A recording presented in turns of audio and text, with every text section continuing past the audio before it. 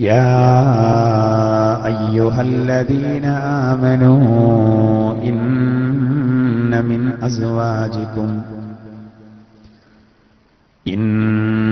من أزواجكم وأولادكم عدوا لكم فاحذروهم وإن تعفوا وتصفحوا وتغفروا فإن الله غفور رحيم إنما أموالكم وأولادكم فتنة والله عنده أجر عظيم فاتقوا الله ما استطعتم واسمعوا وأطيعوا وأنفقوا خيرا لأنفسكم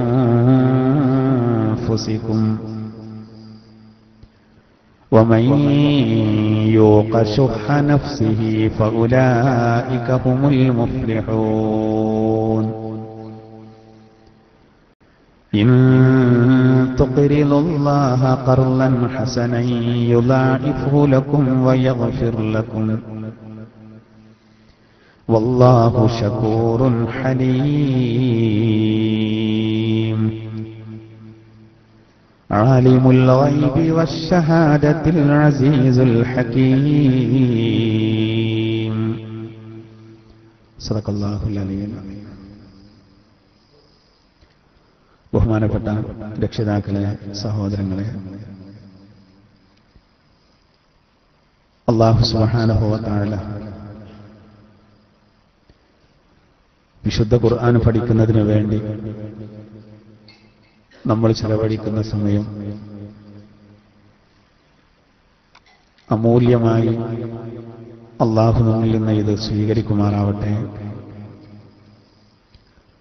വിശുദ്ധ ഖുർആൻ പഠിക്കുന്നതിന്റെ ബറക്കത്ത് കൊണ്ട് അല്ലാഹു നമ്മിൽ സംഭവിച്ചു പോയ ചെറുതും വലുതുമായ തെറ്റുകളെ അല്ലാഹു പുറത്തു തരുമാറാവട്ടെ. നമ്മുടെ ജീവിതത്തിൽ സംഭവിച്ചു പോയ എല്ലാ വീഴ്ചകളും അല്ലാഹു പരിഹരിക്കുമാറാവട്ടെ. നമ്മുടെ മാതാപിതാക്കളുടെ അതുപോലെ ഭാര്യ സന്താനങ്ങളുടെ എല്ലാവരുടെ തെറ്റുകളും അല്ലാഹു പുറത്തു കൊടുക്കുമാറാവട്ടെ. ക്ലാസ് റൂം വഴിയും മറ്റും ഇത് ശ്രവിച്ചുകൊണ്ടിരിക്കുന്ന സഹോദര സഹോദരിമാർ അല്ലാഹു സുബ്ഹാനഹു വ തആല അവർക്കൊക്കെ ഖൈറും ബറക്കത്തും പ്രദാനം ചെയ്യുമാറാവട്ടെ. പ്രത്യേകിച്ച് വിദേശത്തുള്ള നമ്മുടെ ഒരുപാട് സഹോദരങ്ങൾ അല്ലാഹു തആല അവരുടെ ജോലികളിലും മറ്റും ബറക്കത്ത് പ്രദാനം ചെയ്യുമാറാവട്ടെ. എല്ലാവരെയും അല്ലാഹു സ്വർഗ്ഗത്തിൽ ഒരുമിച്ച് കൂട്ടുമാറാവട്ടെ. ആമീൻ. സൂറത്തു തഗാബുനിന്റെ അവസാന ഭാഗമാണ് നമുക്ക് വിശദീകരിക്കാനുള്ളത്. 18 ആയത്തുകളുള്ള ഈ സൂറത്തിന്റെ 13 വചനങ്ങൾ നേരത്തെ നമ്മൾ വിശദീകരിച്ചു. 14 മുതലാണ് ഇന്ന് നമ്മൾ ഓതി വച്ചത്. പരമാവധി സമയം എന്ന് പറഞ്ഞു ബാക്കി നമുക്ക് അടുത്ത ക്ലാസ്സിലാക്കാം ഇൻഷാ അല്ലാഹ്. വിശുദ്ധ ഖുർആനിൽ നിന്ന് തന്നെ അല്ലാഹു വളരെ പ്രധാനപ്പെട്ട ഒരു വിഷയം നമ്മെ പഠിപ്പിക്കുന്ന ഭാഗമാണ് സൂറത്തു തഗാബുനിന്റെ അവസാന ഭാഗം. ഇതിന് സമാനമായ ആയത്തുകൾ വേറെയും ഖുർആന്റെ പല ഭാഗത്തുമുണ്ട്. പ്രത്യേകിച്ച് അൽ അൻഫാൽ സൂറയിലും സൂറത്തു തൗബയിലും സൂറത്തുൽ കഹ്ഫിലുമൊക്കെ അല്ലാഹു ഈ സംബന്ധമായി പറയുന്നു. ഏതൊരു മനുഷ്യനും കൂടാതെ കഴിയാത്ത ഒന്നാണ് അവന്റെ ഇണ. ഭാര്യയ്ക്ക് ഭർത്താവ്, ഭർത്താവിന് ഭാര്യ. അതുപോലെ അവർക്ക് രണ്ടു കൂട്ടർക്കുമുള്ള പ്രതീക്ഷയാണ് നമ്മുടെ സന്താനങ്ങൾ. എന്നാൽ അല്ലാഹു സുബ്ഹാനഹു വ തആല വളരെ വ്യക്തമായി തഗാബുൻ സൂറത്തിന്റെ അവസാനം പഠിപ്പിക്കുന്നത് ഇണകളിലും അതുപോലെ തന്നെ മക്കളിലും ശത്രുക്കൾ ഉണ്ടാകും. അതീവ സൂക്ഷ്മത പുലർത്തണം. തുടർന്ന് അല്ലാഹു പറഞ്ഞു, സമ്പത്ത് അതുപോലെ സന്താനങ്ങൾ ഇത് രണ്ടും ഒരാൾക്ക് അല്ലാഹു നൽകുന്നത് വലിയ ഒരു ഫിത്നയായിട്ടാണ്, പരീക്ഷണമായിട്ടാണ്. അള്ളാഹുവിന്റെ അരികിലുള്ളതാണ് മഹത്തായ പ്രതിഫലം. ദുനിയാവിൽ നമ്മുടെ മക്കളും നമ്മുടെ സമ്പത്തും സകല സംവിധാനങ്ങളും അതൊക്കെ താൽക്കാലികവും അലങ്കാരവും ക്ഷണികവുമാണ് എന്ന് വിശുദ്ധ ഖുർആൻ നമ്മെ പഠിപ്പിക്കുന്നു. ഇതിന്റെ വ്യാഖ്യാനത്തിൽ വരുന്ന സുപ്രധാനമായ ഒരു സംഭവമുണ്ട്. അബൂ ലുബാബ റളിയല്ലാഹു അൻഹുവിനോട് ബന്ധപ്പെട്ടത് ഇതിന് സമാനമായ വചനം അൽ അൻഫാൽ സൂറയിൽ അള്ളാഹു ഇറക്കാൻ തന്നെ കാരണം ആ സ്വഹാബി വരെയാണ്. ആ കഥയൊക്കെ നമുക്ക് ഇതിന്റെ വിശദീകരണത്തിൽ പറയണം. നോക്കൂ. അഊദു ബില്ലാഹി മിനശ് ശൈത്വാനിർ റജീം. ബിസ്മില്ലാഹിർ റഹ്മാനിർ റഹീം.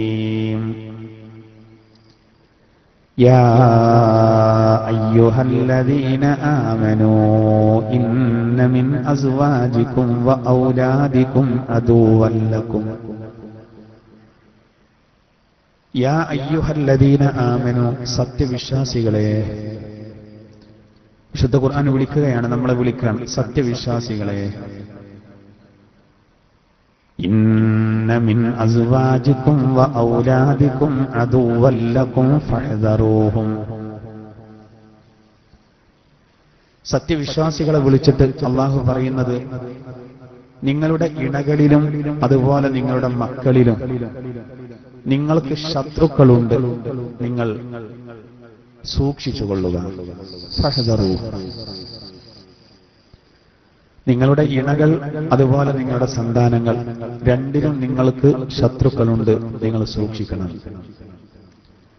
വഇൻ തഅഫൂ വതസ്ഫഹൂ വതഗ്ഫിറൂ, നിങ്ങൾ അവർക്ക് മാപ്പ് നൽകുകയും വിട്ടുകൊടുക്കുകയും പുറത്തു കൊടുക്കുകയും ചെയ്യുകയാണെങ്കിൽ ഫഇന്നല്ലാഹ ഗഫൂറുർ റഹീം, തീർച്ചയായും അല്ലാഹു വളരെ പൊറുക്കുന്നവനും കാരുണ്യവാനുമാകുന്നു. അവ ഇണകളിലും അതുപോലെ തന്നെ സന്താനങ്ങളിലും ശത്രുക്കളുണ്ട് എന്ന് പറയുമ്പോൾ അവരുടെ ഭാഗത്തു നിന്ന് എന്തെങ്കിലുമൊക്കെ വീഴ്ചകൾ വരും. ചില കാര്യങ്ങളൊക്കെ നമ്മൾ വിട്ടുവീഴ്ച ചെയ്തു കൊടുത്ത് പുറത്തു കൊടുക്കേണ്ട കാര്യങ്ങളാണ്. അതുകൊണ്ടാണ് അല്ലാഹു പറയുന്നത്, നിങ്ങൾ മാപ്പ് കൊടുക്കുക, നിങ്ങൾ വിട്ടുകൊടുക്കുക, നിങ്ങൾ പുറത്തു കൊടുക്കുക. അല്ലാഹു തആല ഏറെ പൊറുക്കുന്നവനും കാരുണ്യവാനുമാകുന്നു. നമ്മുടെ ഭാഗത്തുനിന്ന് വരുന്ന ഒരുപാട് വീഴ്ചകൾ അല്ലാഹു തആല പുറത്തു തരുന്നുണ്ട്. ഒരുപാട് തെറ്റുകൾ അല്ലാഹു നമുക്ക് പുറത്തു തരുന്നുണ്ട്. അതുകൊണ്ട് നമ്മൾ പരസ്പരം എന്തെങ്കിലുമൊക്കെ ഉണ്ടായാൽ അത് നമ്മൾ എന്ത് ചെയ്യണം? പരസ്പരം പൊറുക്കണമെന്നാണ് അല്ലാഹു തആല പറയുന്നത്. അല്ലാഹു ഏറെ പൊറുക്കുന്നവനാണല്ലോ, അതുകൊണ്ട് നമ്മളും പൊറുക്കണം. സിദ്ദീഖ് റളിയല്ലാഹു അൻഹു തന്റെ കുടുംബത്തിൽപ്പെട്ട മിസ്തഹ് റളിയല്ലാഹു അൻഹുവിന് ഇനി ഞാൻ മേലിൽ സഹായിക്കില്ല എന്ന് സത്യം ചെയ്തു പറഞ്ഞു. ആയിഷ റളിയല്ലാഹു അൻഹയെ പറ്റി മുനാഫിക്കുകൾ ഇല്ലാത്ത വ്യഭിചാരത്തിന്റെ കഥ പടച്ചുണ്ടാക്കിയൊരു സംഭവമാണ്. 1.5 മാസത്തോളം ആകെ പ്രയാസപ്പെട്ടു പ്രവാചകരും കുടുംബവും സത്യവിശ്വാസി. ആയിഷ റളിയല്ലാഹു അൻഹയെ പറ്റി ഇല്ലാത്ത കഥ ശത്രുക്കളുടെ വേലയാണ്, തളർത്താൻ വേണ്ടി ചെയ്തതാണ്. സഫ്വാൻ എന്ന് പറയുന്ന ഒരു സ്വഹാബിയെ കൊള്ള ചേർത്തിയിട്ട് അവരെന്തോ ബന്ധം നടന്നിട്ടുണ്ട് എന്ന് പ്രചരിപ്പിച്ചു. അറിയാതെ ആ വിഷയത്തിൽ കൂടിക്കൊടുത്തു മിസ്തഹ് റളിയല്ലാഹു. അദ്ദേഹം ആകട്ടെ അബൂബക്കർ റളിയല്ലാഹുവിന്റെ കുടുംബക്കാരനും അബൂബക്കർ റളിയല്ലാഹുവിന്റെ ചെലവിൽ കഴിയുന്ന ആളുമാണ്. അബൂബക്കർ സിദ്ദീഖ് റളിയല്ലാഹു അൻഹു, സിദ്ദീഖ് റളിയല്ലാഹു തആല അൻഹു അദ്ദേഹമായിരുന്നു സാമ്പത്തികമായി എല്ലാ സഹായങ്ങളും ചെയ്തിരുന്നത് മിസ്തഹ് റളിയല്ലാഹു അൻഹു. ആ മിസ്തഹ് റളിയല്ലാഹു അൻഹു ആയിഷ റളിയല്ലാഹു തആല അൻഹയെ സംബന്ധിച്ച് ഇങ്ങനെ ഒരു കാര്യം പറഞ്ഞു എന്നത് വലിയൊരു വിഷയമായി. അവസാനം അല്ലാഹു ആയത്തിറക്കി, ആയിഷ റളിയല്ലാഹുവിന്റെ അടുത്ത് പിഴവും പറ്റിയിട്ടില്ല, നിരപരാധിയാണ്. അപ്പൊ അബൂബക്കർ റളിയല്ലാഹു ആയിഷ ബീവിന്റെ പിതാവാകും. അബൂബക്കർ റളിയല്ലാഹു സത്യം ചെയ്തു പറഞ്ഞു, മേലിൽ ഞാൻ മിസ്തഹിനെ സഹായിക്കില്ല, വല്ലാഹി. കാരണം ഇത്രയൊക്കെ സഹായിച്ചിട്ടും എന്റെ മകളെ പറ്റി ശത്രുക്കൾ ഇല്ലാത്തത് പറഞ്ഞപ്പോ അതിൽ കൂടി കൊടുത്തല്ലോ. അല്ലാഹു തആല ഉടനെ അബൂബക്കർ റളിയല്ലാഹുവിനെ തിരുത്തി. അത് പാടില്ല. നിങ്ങൾ ഇതുവരെ നൽകിയിരുന്ന സഹായ സഹകരണങ്ങൾ തുടർന്ന് നൽകണം. നിങ്ങളെടുത്തുനിന്ന് എന്തെങ്കിലും വന്നാൽ നമ്മൾ പൊറുക്കല്ലോ, അതുപോലെ അവരെടുത്തുനിന്ന് വന്നത് നിങ്ങളും പൊറുക്കും. അപ്പൊ എല്ലാവരും ശ്രദ്ധിക്കേണ്ട ഒരു കാര്യമാണ്, വിട്ടുവീഴ്ച ചെയ്യണം എന്നുള്ള വലിയൊരു സന്ദേശം. കാരണം അള്ളാഹു താല നമുക്ക് ഒരുപാട് വിട്ടു തന്നത് കൊണ്ടാണ് നമ്മളൊക്കെ ജീവിച്ചു പോകുന്നത്. അതിന് മാത്രം നന്ദികേടാണ് മനുഷ്യർ നമ്മൾ അള്ളാഹുവോട് കാണിക്കുന്നത്. അപ്പൊ അതുപോലെ ഇണകളിൽ നിന്ന് പൊറുക്കാൻ പറ്റിയത്, വിട്ടുവീഴ്ച ചെയ്യാൻ പറ്റിയത്, അങ്ങനെയുള്ള കാര്യങ്ങൾ വരുന്ന സമയത്ത് അത് കുഴപ്പമുണ്ടാക്കാതെ, പ്രശ്നമുണ്ടാക്കാതെ അത് വിട്ടുവീഴ്ച ചെയ്തു കൊടുക്കണം. എന്നാൽ അവരിൽ നല്ല ശത്രുക്കളുണ്ടാവും, അവരെ വല്ലാതെ ശ്രദ്ധിക്കണം, സൂക്ഷിക്കണം. മഹാനായ നൂഹ് നബി അലൈഹി സ്വലാത്തു വസ്സലാമിന് സ്വന്തം മകൻ വലിയ ശത്രുവായി. അയാള് അവിശ്വാസിയായിട്ട് പോയി, ആ വെള്ളപ്പൊക്കത്തിൽ മരിച്ചുപോയി. അവിടെ മകനാണ് പഴിച്ചത്. എന്നാൽ അതേസമയം ഇബ്രാഹിം നബി അലൈഹി സ്വലാത്തു വസ്സലാമിന് സ്വന്തം പിതാവാണ് പ്രശ്നക്കാരനായത്. ഇബ്രാഹിം നബി ആ കാര്യം വളരെയധികം ശ്രദ്ധിച്ചു. അള്ളാഹിന്റെ തിരുദൂതർക്ക് പിതൃവ്യൻ പ്രശ്നക്കാരനായി. നൂഹ് നബി അലൈഹി സ്വലാത്തു വസ്സലാമിന് തന്റെ ഇണ പ്രശ്നക്കാരിയായി. ലൂത്ത് നബിക്ക് അങ്ങനെയായി. അങ്ങനെയൊക്കെ ചരിത്രത്തിൽ ഒരുപാട് കഴിഞ്ഞു പോയിട്ടുണ്ട്. നമ്മളോട് പറയുന്നത് അള്ളാഹുവിന്റെ ദിക്റിൽ നിന്നും അവന്റെ ചിന്തയിൽ നിന്നും നമ്മളെ പിറകോട്ട് വലിക്കാൻ ചിലപ്പോൾ നമ്മുടെ ഇണകളും നമ്മുടെ മക്കളും കാരണമാകുന്ന. നല്ലോണം ശ്രദ്ധിക്കണം, അതാണ് വലിയ ശത്രു. അതല്ലാതെ നമ്മുടെ ഭാര്യ ഒരു അനുവാദം തീർത്തിട്ട് നമ്മളെ വെട്ടുന്നു, അതിൽ മക്കള് ഒരു തോക്കുമായിട്ട് നമ്മളെ നേരിടുന്നു, അതൊന്നല്ല അർത്ഥം. അതിൽപ്പെട്ട് പ്രധാനമായിട്ടും അള്ളാഹുവിലുള്ള ചിന്തയിൽ നിന്ന് നമ്മളെ തടയുമാവും. അവർക്ക് വേണ്ടി നമ്മൾ അള്ളാഹിനെ മറക്ക് നടത്തും. ഭാര്യ പറഞ്ഞാൽ പിന്നെ അതന് സ്വീകരിക്കും. എന്താ ഭാര്യ പറയുന്നത് അത്. ഇതൊക്കെ നമുക്ക് എല്ലാവർക്കും പറഞ്ഞാൽ മനസ്സിലാകുന്ന കാര്യമാണ്. അതാണ് അല്ലാഹു പറയുന്നത്, യാ അയ്യുഹല്ലദീന ആമനൂ ഇന്ന മിൻ അസ്വാജികും വ ഔലാദികും അദുവ്വൻ ലക്കും. സത്യവിശ്വാസികളെ, നിങ്ങളുടെ ഇണകളിലും നിങ്ങളുടെ കുട്ടി സന്താനങ്ങളിലും നിങ്ങൾക്ക് ശത്രുക്കളുണ്ട്, നിങ്ങൾ അവരെ സൂക്ഷിക്കണം. وَإِن تَعْفُوا وَتَصْفَحُوا وَتَغْفِرُوا فَإِنَّ اللَّهَ غَفُورٌ رَحِيمٌ. നിങ്ങൾ വിട്ടുകൊടുക്കുകയാണെങ്കിൽ, നിങ്ങൾ മാഫ് ചെയ്തു കൊടുക്കുകയാണെങ്കിൽ, നിങ്ങൾ പുറത്തു കൊടുക്കുകയാണെങ്കിൽ അറിയണം, അള്ളാഹു ഏറെ പൊറുക്കുന്നവനാണ്, അവൻ കാരുണ്യവാനുമാണ്. അള്ളാഹു ഏറെ പൊറുക്കുന്നവനാണ്, അതോടുകൂടെ അള്ളാഹു കാരുണ്യവാനുമാകുന്നു. ഈ ആയത്ത് നമ്മൾ ഏറെ ശ്രദ്ധിക്കേണ്ടതാണ്. അതിന്റെ ശേഷം വീണ്ടും അല്ലാഹു പറയുന്നു, ഇന്നമാ അംവാലുകും വ ഔലാദുകും ഫിത്ന. തീർച്ചയായിട്ടും നിങ്ങളുടെ സമ്പത്തും നിങ്ങളുടെ സന്താനങ്ങളും നിങ്ങൾക്ക് ഫിത്നയാണ്, കുഴപ്പമാണ് എന്നല്ല. എന്നാൽ അതിന്റെ മറ്റൊരർത്ഥം ഫിത്നയാണെന്ന് പറഞ്ഞാൽ പരീക്ഷണമാണ്. സമ്പത്ത് അതുപോലെ സന്താനങ്ങൾ നമുക്ക് വലിയൊരു പരീക്ഷണം. വല്ലാഹു ഇൻദഹു അജ്റുൻ അലീം. അല്ലാഹു പറയുന്നത് അല്ലാഹുവിന്റെ അരികിലുള്ളതാണ് മഹത്തായ പ്രതിഫലം എന്ന് തുടർന്ന് അല്ലാഹു തആല പറയണം. ഇനി ഇതിന്റെ വ്യാഖ്യാനത്തിൽ വരുന്ന വളരെ പ്രധാനപ്പെട്ട 2-3 ആയത്തുകൾ കിടക്കുന്നത് അൽ അൻഫാൽ സൂറയിലെ 28 മുതലുള്ള വചനങ്ങളാണ്. അതിൽ ഈ കാര്യം അല്ലാഹു സുബ്ഹാനഹു വ തആല ഒന്നുകൂടി വ്യക്തമായിട്ട് പറയുന്നു. അതിനൊരു സംഭവം ഉണ്ടായി. അതായത് റസൂലുള്ളാഹി സ്വല്ലല്ലാഹു അലൈഹി വസല്ലം തങ്ങളുടെ കാലഘട്ടത്തിൽ ബനൂ ഖുറൈള എന്ന് പറയുന്ന യഹൂദി ഗോത്രം വല്ലാതെ അള്ളാഹുവിന്റെ തിരുദൂതരെയും സ്വഹാബത്തിനെയും വിശുദ്ധ ദീനിനോടും വല്ലാതെ ശല്യം ചെയ്തു. ഭയങ്കര പ്രശ്നക്കാരായി. അവസാനം അള്ളാഹുവിന്റെ തിരുദൂതര് അവരെ കോട്ട വളയാൻ തീരുമാനിച്ചു. യഹൂദികളായ ആ ശത്രുക്കളുടെ ശല്യക്കാരുടെ കോട്ട വളയാൻ തീരുമാനിച്ചു. അങ്ങനെ ആ കോട്ട അവരെ വളഞ്ഞ സമയത്ത് നമ്മുടെ കൂട്ടത്തിലുള്ള ഒരു സ്വഹാബി വര്യൻ അബൂ ലുബാബ റളിയല്ലാഹു അൻഹു, അദ്ദേഹം ഇവരുമായിട്ട് നല്ല അടുപ്പത്തിലായിരുന്നു. അപ്പൊ നമ്മളുടെ ചില ആളുകൾക്ക് ചില വ്യക്തിബന്ധങ്ങളുണ്ട്. ആ വ്യക്തിബന്ധങ്ങൾ ഉപയോഗിച്ച് ചില പ്രശ്നങ്ങളൊക്കെ നമ്മൾ തീർക്കാറുണ്ട്. ഇവിടെ അബൂ ലുബാബ റളിയല്ലാഹു അൻഹു അദ്ദേഹം ഈ ബനൂ ഖുറൈള ഗോത്രക്കാരോട് നല്ല ബന്ധമായിരുന്നു. അതുകൊണ്ട് അള്ളാഹുവിന്റെ തിരുദൂതർ അദ്ദേഹത്തെ വിളിച്ചിട്ട് പറഞ്ഞു, നിങ്ങൾ അവിടെ അരികിലേക്ക് ചെല്ലണം, കോട്ടയ്ക്കകത്ത് ചെല്ലണം, എന്നിട്ട് അവരുമായിട്ട് സംസാരിക്കണം. എന്ത്? അള്ളാഹുവിന്റെ തിരുദൂതര് എന്ത് തീരുമാനമെടുത്താലും അത് അംഗീകരിക്കാൻ നിങ്ങൾ തയ്യാറുണ്ടോ എന്ന് താങ്കൾ അവരോട് ചോദിക്കണമെന്ന് അബൂ ലുബാബ് റളിയല്ലാഹു അൻഹുവിനോട് അള്ളാഹിന്റെ തിരുദൂതർ പറഞ്ഞു. അദ്ദേഹം അവരുടെ അരികെ ചെന്നു. അപ്പൊ അദ്ദേഹത്തിന് സമ്പത്തുണ്ട്, അബൂ ലുബാബ് റളിയല്ലാഹുവിന് സമ്പത്തുണ്ട്, സന്താനങ്ങളുണ്ട്. ഇത് യഹൂദികളുടെ കസ്റ്റഡിയിലാണ്. അപ്പൊ അദ്ദേഹത്തിന്റെ മനസ്സിൽ അള്ളാന്റെ തിരുദൂതർ ഇവർക്കെതിരെ തീരുമാനം എടുത്തു കഴിഞ്ഞാൽ അത് തന്റെ സമ്പത്തിനെയോ തന്റെ സന്താനങ്ങളെയോ പ്രതികൂലമായി ബാധിക്കുമോ എന്ന് അദ്ദേഹത്തിന്റെ ഉള്ളിൽ ഒരു ഭയം.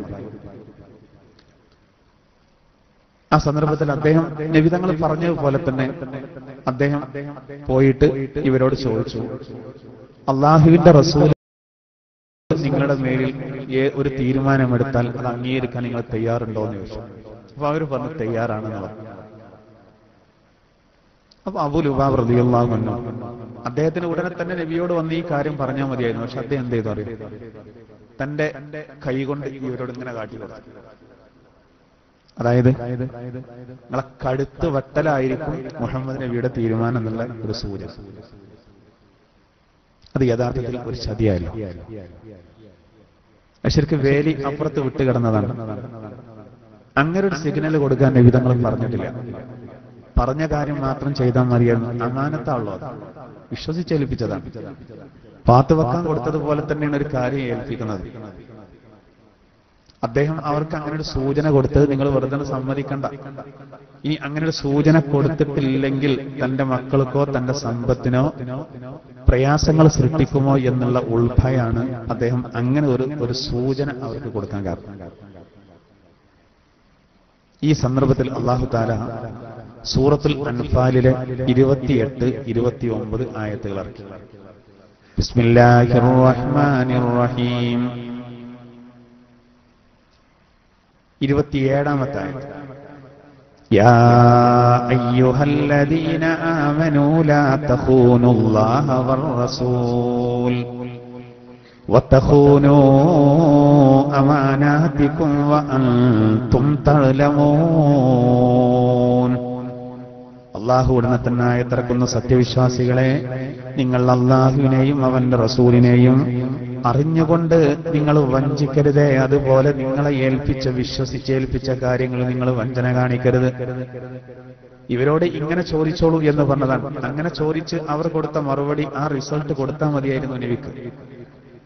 അല്ലാഹു പറയുന്നത്, സത്യവിശ്വാസികളെ, ലാ തഖൂനുല്ലാഹ വർ റസൂൽ, നിങ്ങൾ ഒരിക്കലും അല്ലാഹുവിനെയും അവന്റെ റസൂലിനെയും നിങ്ങൾ വഞ്ചിക്കാൻ പാടില്ല. വതഖൂനൂ അമാനാതികും, നിങ്ങളെ വിശ്വസിച്ചേൽപ്പിച്ചതിലും നിങ്ങൾ വഞ്ചന കാണിക്കാൻ പാടില്ല. വഅൻതും തഅലമൂൻ, നിങ്ങൾ അറിഞ്ഞവരായ നിലക്ക്, അറിവുള്ളവരായ നിലക്ക്. അറിവില്ലാതെ ചെയ്യുകയാണെങ്കിൽ തിരക്കടില്ല, അറിയാത്തത് കൊണ്ടാന്നുള്ളൊരു ന്യായമുണ്ട്. ഒരു ഒഴിവ് പറയാണ്. ഇവിടെ അതിലല്ലോ വിവരണ്ടായിട്ട് ഒരിക്കലും നിങ്ങൾ അള്ളാഹുവിനെയും റസൂലിനെയും വഞ്ചിക്കരുത്. അതുപോലെ വിശ്വസിച്ചേൽപ്പിച്ചതിൽ നിങ്ങൾ വഞ്ചന കാണിക്കാൻ പാടില്ല. ഇതവിടെ യാ അയ്യുഹല്ലദീന ആമനൂ എന്ന് പറയാൻ കാരണം ഇത് എല്ലാവർക്കും ബാധകമാണ്. ഒരു അബൂ ലുബാബ് റളിയല്ലാഹു അൻഹു മാത്രമല്ല, അദ്ദേഹത്തിന്റെ ചെറിയൊരു വീഴ്ച വന്നതാണ്. പക്ഷെ ഇനി മേലിൽ ആരുടെ ഭാഗത്തുനിന്നും വരാൻ പാടില്ല. അതുകൊണ്ടാണ് അദ്ദേഹത്തിന്റെ പേര് നേരെ പറയാതെ സത്യവിശ്വാസികളെ മൊത്തത്തിൽ വിളിച്ചത്. കാരണം ഇറങ്ങാൻ അദ്ദേഹം. എന്നിട്ട് അല്ലാഹു പറഞ്ഞു, വഅലമൂ അന്നമാ അംവാലുകും വഔലാദുകും ഫിത്ന, അറിയണേ നിങ്ങളുടെ സമ്പത്തും അതുപോലെ നിങ്ങളുടെ സന്താനങ്ങളും നിങ്ങൾക്കൊരു പരീക്ഷണമാണ്. ഇത് തന്നെയാണ് ഇപ്പൊ നമ്മൾ വിശദീകരിക്കുന്ന സൂറത്ത് തഗാബുനിലും അല്ലാഹു പറയുന്നത്. അറിയണം, നിങ്ങളുടെ സമ്പത്തും നിങ്ങളുടെ സന്താനങ്ങളും നിങ്ങൾക്ക് പരീക്ഷണമാണ്. ഇവിടെ വലിയൊരു പരീക്ഷണമല്ലോ. അതുകൊണ്ട് ജയിക്കോ തോൽക്കോ. ഇവിടെ ഇപ്പൊ സമ്പത്തിനോടും സന്താനങ്ങളോടും ഒരു അല്പം സ്നേഹം കൂടിയത് കൊണ്ടാണല്ലോ ഇവിടെ ബനൂ ഖുറൈള ഗോത്രക്കാർക്ക്, യഹൂദി ഗോത്രക്കാർക്ക് നബി പറഞ്ഞതിൽ നിന്ന് ഒരല്പം വിട്ടുകടന്ന് പ്രവർത്തിക്കാൻ കാരണം. അല്ലാഹു പറയുന്നത് വലിയ പരീക്ഷണമാണ്. വഅന്നല്ലാഹ ഇൻദഹു അജ്റുൻ അളീം, തീർച്ചയായിട്ടും അല്ലാഹുവിന്റെ അരികിലുള്ളതാണ് മഹത്തായ പ്രതിഫലം. അതന്നെയാണ് തഗാബുൻ സൂറത്തിലും പറഞ്ഞത്. അതേപോലെയാണ് പറഞ്ഞത്. ഈ ആയത്തിന് അവതരിക്കലോട് കൂടെ അബൂ ലുബാബ റളിയല്ലാഹു അൻഹു ആകെ പ്രയാസപ്പെട്ടു. അദ്ദേഹത്തിന് വലിയ സങ്കടമായി. അതുള്ള ഒരു മൂമിന്റെ അടയാളം അതാണ്. ഒരു തെറ്റ് സംഭവിച്ചാൽ അതിനെ മൈൻഡ് ചെയ്യണം. അത് നല്ല അടയാളമാണ്. അല്ല എന്തല്ല, മനുഷ്യന്മാരാകുമ്പോ കുറെ തെറ്റുകളൊക്കെ വരുന്ന പത്രം പറയാനില്ല എന്ന് പറഞ്ഞ് അതിന് ചെറുതായി കാണിക്കല്ല വേണ്ട. എത്ര ചെറുത് സംഭവിച്ചാലും അതിൽ വലിയ കുറ്റബോധം വരും. അതൊരു വിജയത്തിന്റെ അടയാളം. മുൻഗാമികളായ പൂർവ്വസൂരികളൊക്കെ അങ്ങനെയായിരുന്നു. എന്തെങ്കിലും ഒരു വീഴ്ച വരുമ്പോ സഹോദര ആ വീഴ്ചയിൽ അള്ളാഹുവോട് വളരെയധികം ഖേദിച്ചു മടങ്ങും. അത് എല്ലാവരും അങ്ങനെയായിരുന്നു. അത് ഓരോരുത്തർക്കും തോന്നും തന്റെ അടുത്ത് നിന്ന് വലിയ വീഴ്ച വന്നോ, ഓരോരുത്തരുടെ സ്റ്റാൻഡേർഡ് അനുസരിച്ച്. അമ്പിയാക്കൾ അങ്ങനെയായിരുന്നു. അള്ളാഹിന്റെ തിരുദൂതർ എപ്പോഴും ഇസ്തിഗ്ഫാർ ചൊല്ലിയത് അതിന്റെ പേരിലാണ്. കാരണം തന്റെ ഉയർന്ന സ്റ്റാൻഡേർഡ് വെച്ച് നോക്കുമ്പോ അതിന് നിരക്കാത്ത വല്ലതും തന്നിൽ നിന്ന് വന്നോ റസൂലിന് പോലും തോന്നുമത്രേ ഇബാദത്ത് പോരാ, അതൊരു തെറ്റാവുമെന്ന് ഭയപ്പെട്ടു എന്നാണ്. അതുകൊണ്ടാണ് റസൂലുള്ളാഹി സ്വല്ലല്ലാഹു അലൈഹി വസല്ലം തങ്ങൾ ഒരിക്കൽ ആയിഷ ബിയോട് പറഞ്ഞില്ലേ, ആയിഷ ഇന്ന് ഞാൻ നിന്റെ കൂടെ താമസിക്കേണ്ട ദിവസമാണ്, നീ സമ്മതിക്കുകയാണെങ്കിൽ ഇന്ന് രാത്രി ഞാൻ മുഴു സമയം ഇബാദത്തിൽ മുഴുകും. മനുഷ്യന്മാരാകുമ്പോ എന്നും കഴിയൂല. ആയിഷ ബി സമ്മതം കൊടുത്തു. ആലു ഇമ്രാൻ സൂറത്തിന്റെ അവസാന ഭാഗം റസൂലുള്ളാഹി തങ്ങൾ സുബഹിയോടടുത്ത് ഓതുകയാണ്. ആ രാത്രി മുഴുവനും നിസ്കാരവും ഓത്തും തന്നെയായിരുന്നു. ബിലാൽ റളിയല്ലാഹു അൻഹു പള്ളിയിലേക്ക് ബാങ്ക് കൊടുക്കാൻ വരുമ്പോ ആലു ഇമ്രാനിലെ ലാസ്റ്റ് 11 വചനങ്ങൾ 200 ആയത്തുകളിൽ അവസാനത്തെ 11 ആയത്തുകൾ ഓതിയിട്ട് പള്ളിയിലിരുന്ന് ഇങ്ങനെ പൊട്ടിക്കരയാണ് റസൂൽ സല്ലല്ലാഹു അലൈഹി വസല്ലം. അപ്പൊ ബിലാൽ റളിയല്ലാഹു അൻഹു ചിന്തിച്ചു, എന്തിനാ ഇപ്പൊ നബി ഇത്രയൊക്കെ ഇടങ്ങാറാകുന്നത്, എന്തിനാ ഇത്രയൊക്കെ പ്രയാസപ്പെടുന്നത്? അള്ളാന്റെ തിരുദൂതർക്ക് സ്വർഗ്ഗം ഉറപ്പാണ്. ഈ കാര്യം നബിയോട് സംസാരിച്ചു ബിലാൽ റളിയല്ലാഹു അൻഹു. അഫലാ കൂനു അബ്ദൻ ശകൂറാ, ബിലാലെ ഞാൻ അല്ലാഹുവിനിക്ക് നന്ദി ചെയ്യുന്ന അടിമാകണ്ടയോ, ആ നന്ദിയാണ് ഞാൻ ഈ ചെയ്യുന്നത് എന്നാണ്. ഇതേ ഒരു സംഭവം ഉണ്ടായിട്ടുണ്ട് ആയിഷ ബീവിക്കും. കാലിന് പൊട്ടി നബിയുടെ നിസ്കരിച്ച് ആയിഷ ബീവിക്ക് സങ്കടം, എന്തിനാ ഇത്ര ഇടങ്ങാറാകുന്നത്? നബി ചിന്തിക്കുന്ന എന്താണ്, ഞാനൊരു പ്രവാചകനല്ലേ, ഏറ്റവും സ്ഥാനമുള്ള ആളല്ലേ, അപ്പൊ എന്റെ ഇബാദത്ത് പോരാന്നുള്ളെടുത്ത് വന്നില്ല. ആ പോരായ്മ അതൊരു ശിക്ഷക്ക് കുറ്റമാകുമോ എന്ന് ഭയപ്പെട്ടിട്ടാണ് നബി തങ്ങൾ ഒരു ദിവസം 100 വട്ടം അസ്തഗ്ഫിറുല്ലാഹ് എന്ന് ചൊല്ലിയത്. അതാണ് ശരിക്കും നല്ല നിലപാട്. എത്ര ചെറിയ തെറ്റ് സംഭവിച്ചാലും നമുക്ക് ഒരു സങ്കടം വേണം, കുറ്റബോധം വേണം. നമ്മൾ ഒരാളോട് എന്തെങ്കിലും ഒരു കാര്യം ചെയ്ത് നമ്മളിപ്പോ ഒന്നും വേണ്ട, ഇവിടുന്ന് നമ്മൾ ചായയൊക്കെ കൊടുത്ത് ഒരു ഗ്ലാസ്സിൽ ഒരു അല്പം ബാക്കിയുണ്ടായിരുന്നു, അത് പുറത്തേക്ക് ചിന്തിയത്. ആ സമയത്ത് ഒരാളിൽ പാസ് ചെയ്ത് അയാൾ കുപ്പായത്ത് കാര്യം നമ്മൾ അയാളോട് പറയണം, നമുക്ക് ഭയങ്കര സങ്കടം അങ്ങനെ സംഭവിച്ചേ. നമ്മൾ അയാളെ വിളിച്ചിട്ട് സാരല്ല സംഭവിച്ചതാണ്, ഒന്ന് ഇവിടുന്ന് കഴുക വേണമെങ്കിൽ എന്നൊക്കെ പറയുമ്പോൾ അയാൾക്ക് ആ ടെൻഷൻ തീരും. നേരെ മറിച്ച് നമ്മൾ അയാളോട് നമ്മളിവിടുന്ന് പള്ളിയിൽ ഇങ്ങനെ ഒരു പരിപാടി ഉണ്ടാകുമ്പോൾ പുറത്ത് ചിന്തകൾ പോകുമ്പോൾ ശ്രദ്ധിക്കണ്ടേ. അല്ലെങ്കിൽ നമ്മൾ ഒന്നും പറയാതെ അയാൾ രൂക്ഷമായി നമ്മളെ നോക്കുമ്പോൾ നമ്മൾ പലിശ സഹിതം അങ്ങോട്ട് നോക്കിക്കൊടുത്തു, എനിക്ക് ശ്രദ്ധിച്ചൂടെ, അത് അയാൾക്ക് പ്രശ്നം ഉണ്ടാക്കും. ബസ്സെന്ന് അറിയാതെ ഒരാളെ കാലിൽ ചവിട്ടിയാൽ സോറി പറഞ്ഞ അയാളെ വിഷയം വിടും. അതല്ലാതെ ബസ്സാകുമ്പോൾ കുറച്ചൊക്കെ ചവിട്ടലുണ്ടോ അല്ലെങ്കിൽ ടാക്സി വിളിച്ച് പോയിക്കൊണ്ടി എന്ന് അയാളോട് പറഞ്ഞ അയാൾക്ക് ചൂടാവൂലേ അല്ലേ? ഏത് കാര്യം അങ്ങനെ തന്നെ. നമുക്ക് എന്തെങ്കിലും പ്രയാസം വന്ന് പിന്നെ നമ്മളോട് ക്ഷമാപണം നടത്തുമ്പോൾ നമ്മളത് വിട്ടുകൊടുക്കും. ഇതുപോലെ നമുക്കും തന്നെ കുറ്റബോധം ഉണ്ടാവുമ്പോൾ അള്ളാഹു തആല അത് പുറത്തു തരും. അബൂ ലുബാബ റളിയല്ലാഹു അൻഹു വല്ലാതെ പ്രയാസപ്പെട്ടു. അബൂ ലുബാബ റളിയല്ലാഹു അൻഹു കാരണം അള്ളാഹു ആയത്തിറക്കി. അദ്ദേഹം മസ്ജിദുൻ നബവിയിൽ വന്നു, മദീന പള്ളിയിൽ വന്നു, നല്ലൊരു കയറും കൊണ്ട് അയാൾ വന്നു. എന്നിട്ട് എന്ത് ചെയ്തു? മസ്ജിദുൻ നബവിയിലെ ഒരു തൂണിൽ, പ്രവാചകരുടെ പള്ളിയിലെ ഒരു തൂണിൽ അദ്ദേഹം സ്വയം ശരീരം കെട്ടി, തന്റെ ശരീരം തൂണിനോട് ചേർത്തിട്ട് കെട്ടി. എന്നിട്ട് അദ്ദേഹം പറഞ്ഞു, ഒന്നുകിൽ ഞാൻ മരിക്കുന്നത് വരെ ഇങ്ങനെ കിടക്കും, അല്ലെങ്കിൽ എന്റെ ദോഷം അല്ലാഹു പുറത്തു തന്നു എന്ന് ഉറപ്പ് കിട്ടുന്നത് വരെ ഞാൻ ഇങ്ങനെ ഈ കെട്ടിൽ കിടക്കും. ഞാനും ഭക്ഷണം കഴിക്കില്ല, റൊട്ടി കഴിക്കില്ല, ഞാൻ വെള്ളം കുടിക്കില്ല, ഞാൻ കാരക്ക തിന്നൂല. വല്ലാഹി പറഞ്ഞു അദ്ദേഹം ശപഥം ചെയ്ത്. സഹോദര, ഇഖാമത്തിന് കൊടുത്തു കഴിഞ്ഞാൽ അള്ളാഹിന്റെ തിരുദൂതൻ മിഹ്റാബിലേക്ക് കയറിയാൽ അദ്ദേഹത്തിന്റെ ഭാര്യ മെല്ലെ വരും.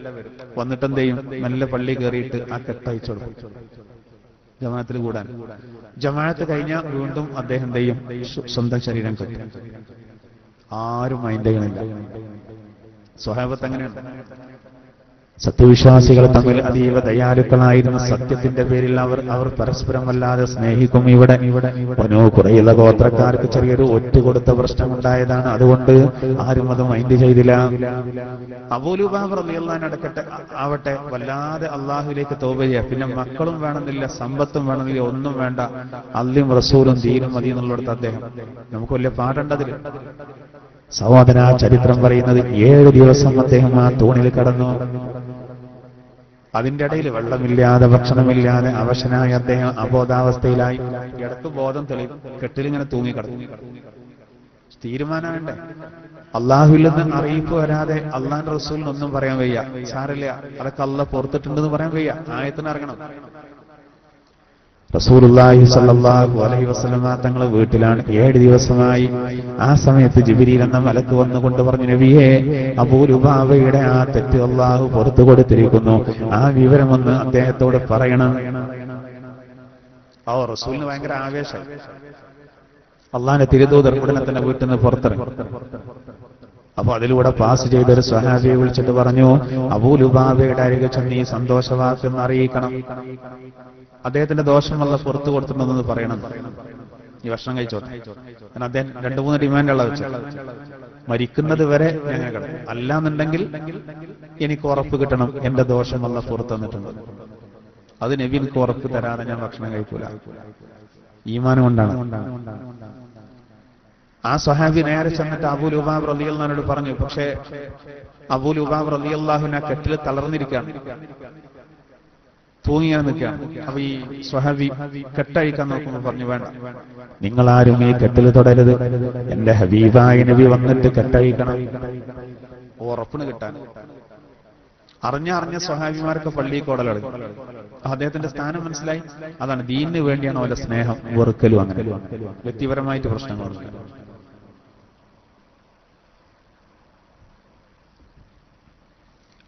അവസാനം അല്ലാഹുവിന്റെ റസൂലിനോട് സഹാബത്ത് എന്ന് പറഞ്ഞു, ആരും കെട്ടഴിക്കാൻ അദ്ദേഹം സമ്മതിക്കുന്നില്ല, നിങ്ങളെ കൈകൊണ്ട് തന്നെ അഴിക്കണം എന്നാ പറയുന്നത്.